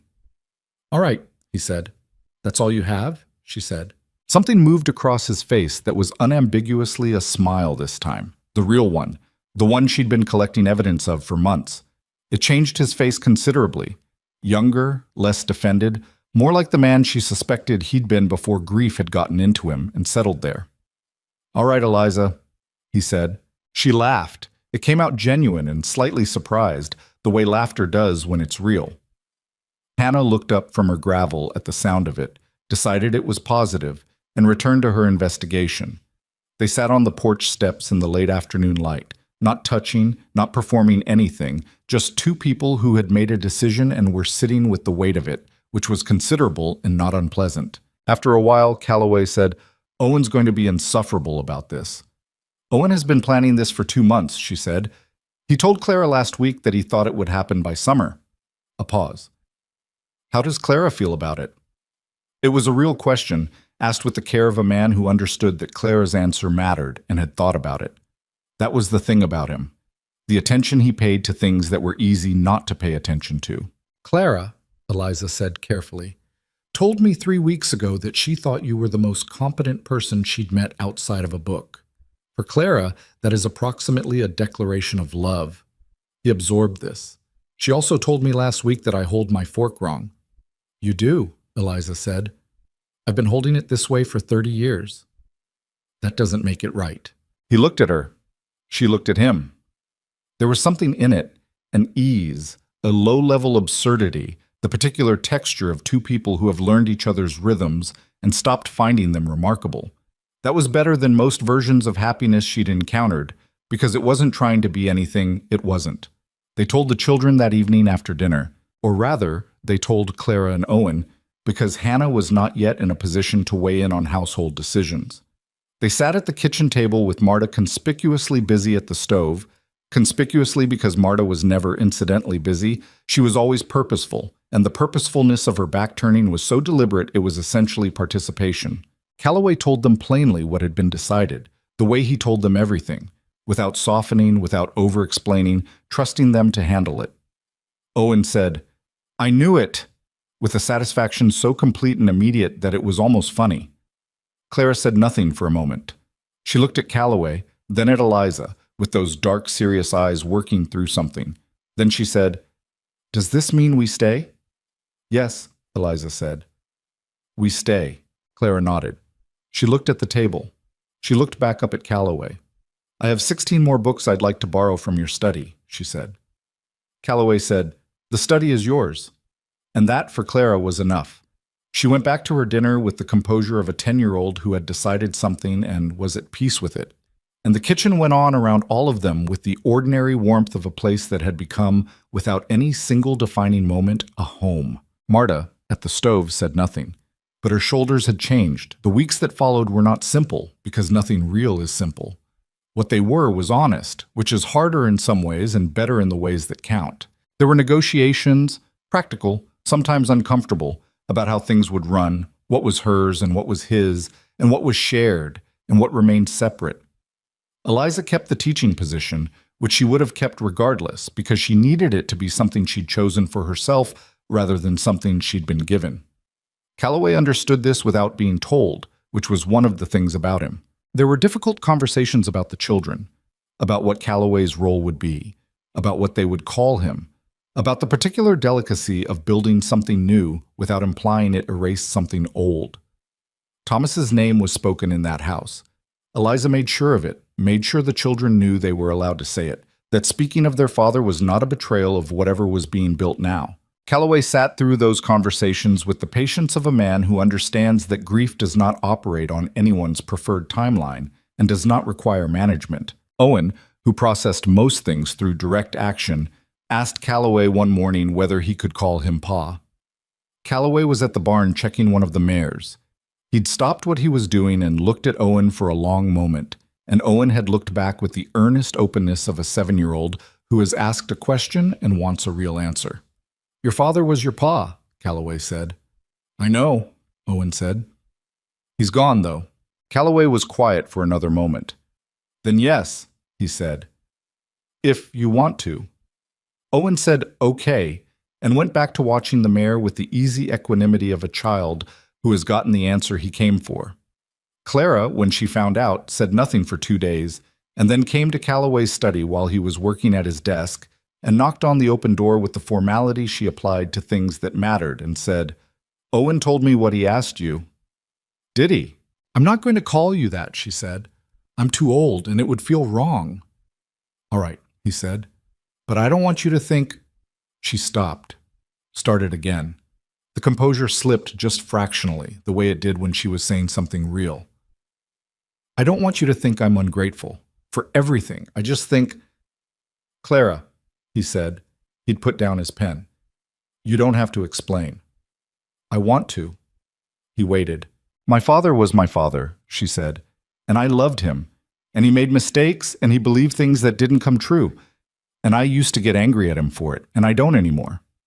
She looked at the bookshelf beside the desk. I think what you've done for us is... I think it's very large. I think it will take me a long time to understand how large. She looked back at him. I just don't have a word for it yet. Calloway looked at her for a long moment. That's fine, he said. Take your time. She nodded once, turned, and went back to whatever she'd been doing. He sat at his desk afterward and didn't pick his pen back up for a while. The legal proceedings from the hearing moved forward on their own momentum through the summer. Garrett had been as good as his word. The referral to the county prosecutor about the Dunn letter resulted in a formal investigation that Granger's lawyer tried to contain and failed to contain entirely. Granger was not prosecuted. The evidence, while damning, was built on enough layers of intermediaries that the direct connection to him was difficult to prove beyond the standard required. But he was investigated publicly, and the investigation itself was enough. In a territory where reputation is currency, the investigation cost him considerably. 3 of his major depositors moved their accounts to a bank in the county seat over the following 2 months. 2 of the businesses he held loans over renegotiated at terms that were less favorable to him. The town of Red Creek, which had been split at the hearing, came down on one side afterward with the decisiveness that communities sometimes manage when the facts are made plain enough. Victor Crow lasted longer, because men with land and money always last longer. But the hearing had cost him something too. The exposure of his involvement in the forged documentation, even without a legal finding against him, had the effect that public exposure tends to have on men whose leverage depends on their reputation for fair dealing. 3 of the smaller ranchers who'd been considering selling to him decided not to. The northern expansion he'd been planning stalled without the water rights he couldn't get from Calloway. He was still there. He was still powerful, in the diminished way that powerful men remain powerful when they've lost the particular fight that mattered. But he was not the threat he'd been. Garrett came back to the ranch in July to finalize some paperwork and stayed for dinner. He said at the table that in his 30 years practicing law in the territory, he'd seen 3 cases where forged evidence was exposed in open court, and in all 3 the forgery had done more damage to the perpetrating party than the original dispute could have. The law is a slow and imperfect instrument, he said, cutting his meat. But it has a long memory. Marta said, eat your vegetables. Garrett ate his vegetables. The piano came back into the house in August. It was Eliza's idea, and she'd thought carefully before raising it, because it wasn't a small thing, and she knew it.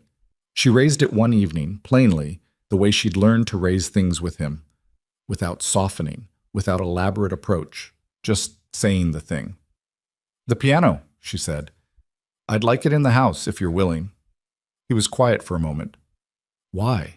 Because Clara is musical. I've suspected it for a while. She hums when she reads. She has a natural sense of rhythm. I'd like her to learn. She paused. And because I think it belongs in the house. It's a good instrument and it's sitting in a barn. He looked at her. She held his eyes and let him work through it, whatever he needed to work through. You know how to play? He said. Some. Enough to start her. He was quiet for another moment.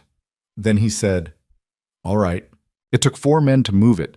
It was a substantial upright, heavy and slightly out of tune from the years in the barn, its keys yellowed at the edges but intact. They put it in the front room, against the wall where the light came in from the east window in the mornings. The piano tuner came from town a week later, a meticulous man who spent 2 hours making it right, and when he finished and played a single scale across the keys, the sound filled the room with a quality that stopped everyone who heard it. Clara stood in the doorway with her arms at her sides and her face doing something she wasn't trying to control. Come here, Eliza said. She sat with Clara at the piano bench and showed her where to put her hands, the same way she'd been taught 20 years before, in a different house, in a different life. Clara was terrible at first, stiff, impatient with her own imprecision, The perfectionism she applied to everything, meeting for the first time something that requires imprecision before it becomes precision. She played badly for 20 minutes, and then something clicked and she played marginally less badly. And that click was enough to keep her at it. By September, she was playing simple pieces with the focused intensity she brought to every skill she decided to learn. Calloway, who had stayed out of the front room the first day, walked through it one evening while Clara was practicing. She'd stayed up past her usual hour, too absorbed to notice the time, and he stopped in the doorway. Clara didn't hear him. She was working through a simple piece, slowly, correcting the same passage 3 times in a row until she got it. Eliza, coming down the hall, found him standing there listening. She stood beside him. They listened together. There was something about it. The particular quality of music in a house that has been without it for 7 years. The sound of a child learning something difficult and not giving up. That was not clean or simple. It carried the weight of everything it had displaced. The wife who had played this instrument, the years of quiet. All of that was still in it. It didn't disappear because something new was happening alongside it. But something new was happening alongside it. Calloway's face in the lamplight held both things at once, the way faces do when life is complicated enough to require it. She didn't say anything. She didn't reach for his hand or offer comfort. She just stood there beside him and let it be what it was. After a while, he said quietly, "She's going to be good." "Yes," Eliza said. "She is." They were married in October, on a Saturday, in a small ceremony at the ranch that was not small in the sense of unimportant, but small in the sense of private. The people who mattered, which turned out to be about 20, gathered in the front room around the piano that was now in the house. Garrett came down from Billings. Gaines stood up as a witness with the long-faced solemnity he brought to everything. Marta made the food, which was extraordinary, and refused all compliments about it in the way she refused most things she'd done well. Owen wore his good shirt and spent the first half of the ceremony managing his excitement with mixed success, and the second half standing completely still with a seriousness that was almost moving. The way children are when they understand something is significant and want to honor the significance of it. Clara played piano before and after because she had decided to, and nobody argued. Hannah, who was 11 months old and had recently acquired her first 3 words, said "up" at an inopportune moment and was retrieved by Marta with practiced efficiency. The ceremony was not elaborate. The words were plain. What Eliza said was not a speech. It was just what was true, said to a person she wanted to hear it, in a room full of people who already knew most of it anyway. What Calloway said was short, as everything he said was short, and was more honest than most people manage in their most prepared moments. He said, "You came here with nothing and made something out of it.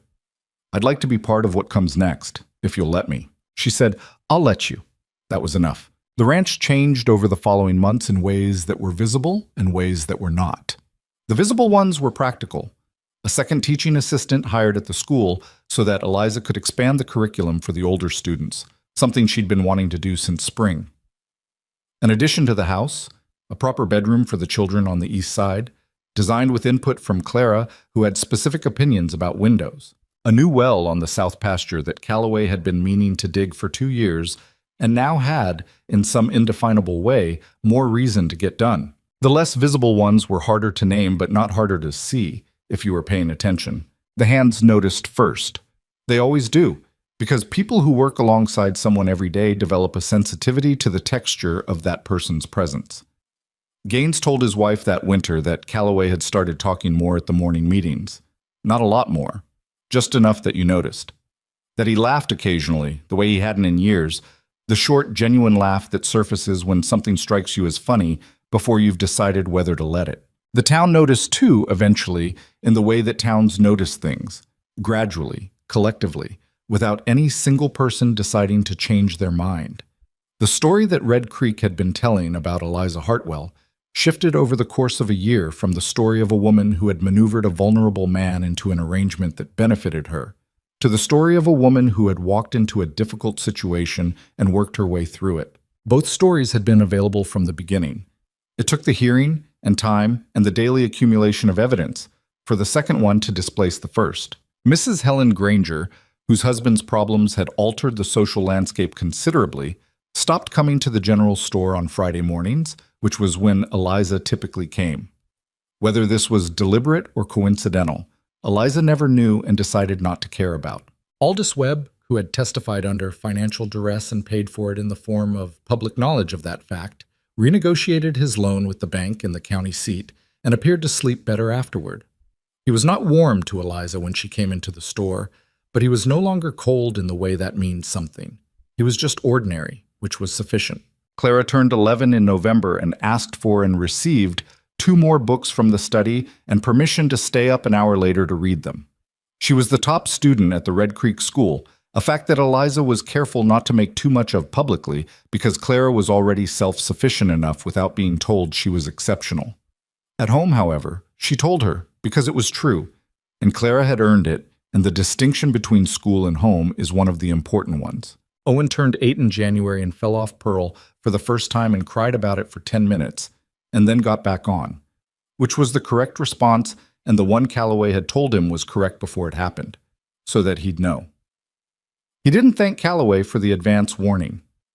He did go out to the barn the next morning on his own initiative and give Pearl an extra measure of grain, which was not the lesson anyone had intended but was perhaps a better one. Hannah took her first real steps on a cold morning in December, crossing the kitchen floor from Eliza's arms toward the cabinet, where Marta kept the biscuits with the single-minded determination of a child who has calculated exactly what she wants and how to get it. She fell twice and got up twice and made it on the 3rd attempt, and Marta gave her a biscuit, and the precedent this established for negotiation became a point of discussion for the next several months. What Eliza thought about on the winter evenings when the ranch was quiet and the children were settled and she sat with Calloway by the fire in the way they'd made a habit of, what she thought about was not what she'd expected to be thinking about. She'd expected in those early months to be thinking about survival, about stability, security, the future, the practical architecture of a life rebuilt, and she thought about those things. But more than that, she found herself thinking about the small moments that accumulate into something without announcing themselves. The morning Owen had called Calloway Pa for the first time, and Calloway had finished what he was doing with the mare before he'd let his face do anything. The evening Clara had played a piece all the way through without stopping and looked up from the keys at Rhett and said, "That one's better." And he'd said, "Yes, it is." And they'd both understood it was not only the music they were talking about. The Tuesday afternoon on the porch steps when 2 people had decided something and sat with the weight of it as the light went golden over the grass and a baby chased a beetle in the dirt. Life, she thought, doesn't announce itself at the front door. It comes in sideways through the practical entrance, in the form of a cold night and a broken barn and a man on a horse who stopped because stopping was the right thing to do. You don't recognize it as the life you're going to have. You recognize it afterward, looking back, when you can see the shape of it whole. She recognized it now. Rhett Calloway had not saved her. She needed to be clear about that, even in her own mind, especially in her own mind. She had saved herself, she and her children, through the winter, through the work, through the hearing, through the daily commitment to not letting fear make her decisions for her. What he had done was make space where there wasn't space, extend time where there wasn't time, offer stability in the moment when stability was the one resource she couldn't generate for herself.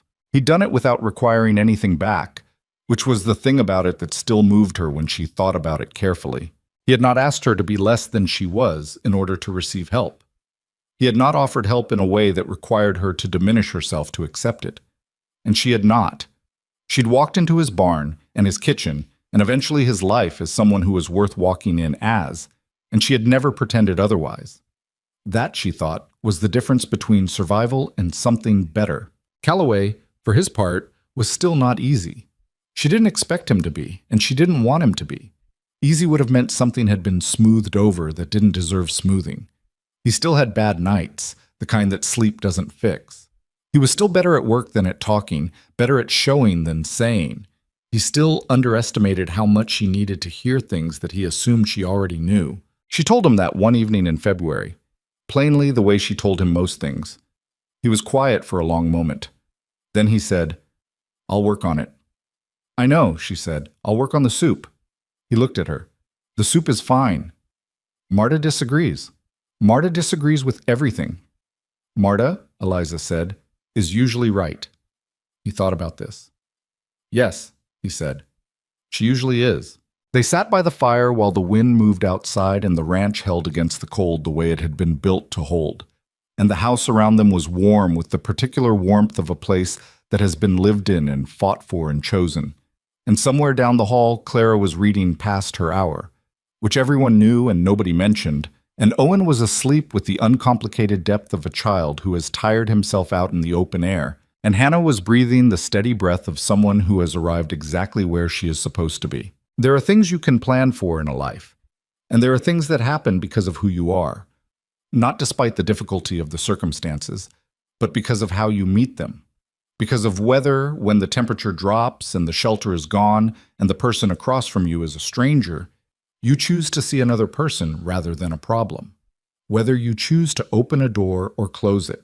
Rhett Calloway had opened a door on a cold November night, and Eliza Hartwell had walked through it with 3 children and a handful of oats, and the only thing she'd always had, her willingness to work, her refusal to be less than herself, and the stubborn, undecorated belief that survival was worth the effort. What they built from that was not a fairy tale. It was harder than a fairy tale and more specific, and considerably less tidy at the edges. It was a ranch that needed constant work, and a family that required patience, and a marriage between 2 people who'd both been broken and repaired in ways that left visible marks. It was a little girl who held her fork wrong, teaching another little girl to play piano in a front room where the light came in golden in the mornings. It was a boy who called a man pa and meant it in the specific way that children mean things, without reservation, without qualification, with the whole of what he had. It was not what either of them had planned. It was better than what either of them had planned. And on the quiet winter evenings when the fire was going and the children were settled and the ranch was holding against the cold, Eliza sat with the man she had chosen. Not out of desperation, not out of gratitude, but out of the clear-eyed recognition that some people are worth staying for. And she thought, this is it.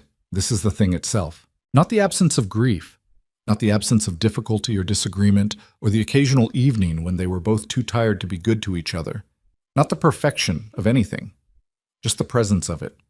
The daily, imperfect, earned presence of a life that 2 people had decided, independently and then together, was worth building. That was enough. That had always been enough. Outside, the Montana winter moved across the land the way it always had and always would. Without mercy, without negotiation, cold enough to end things that weren't built to last.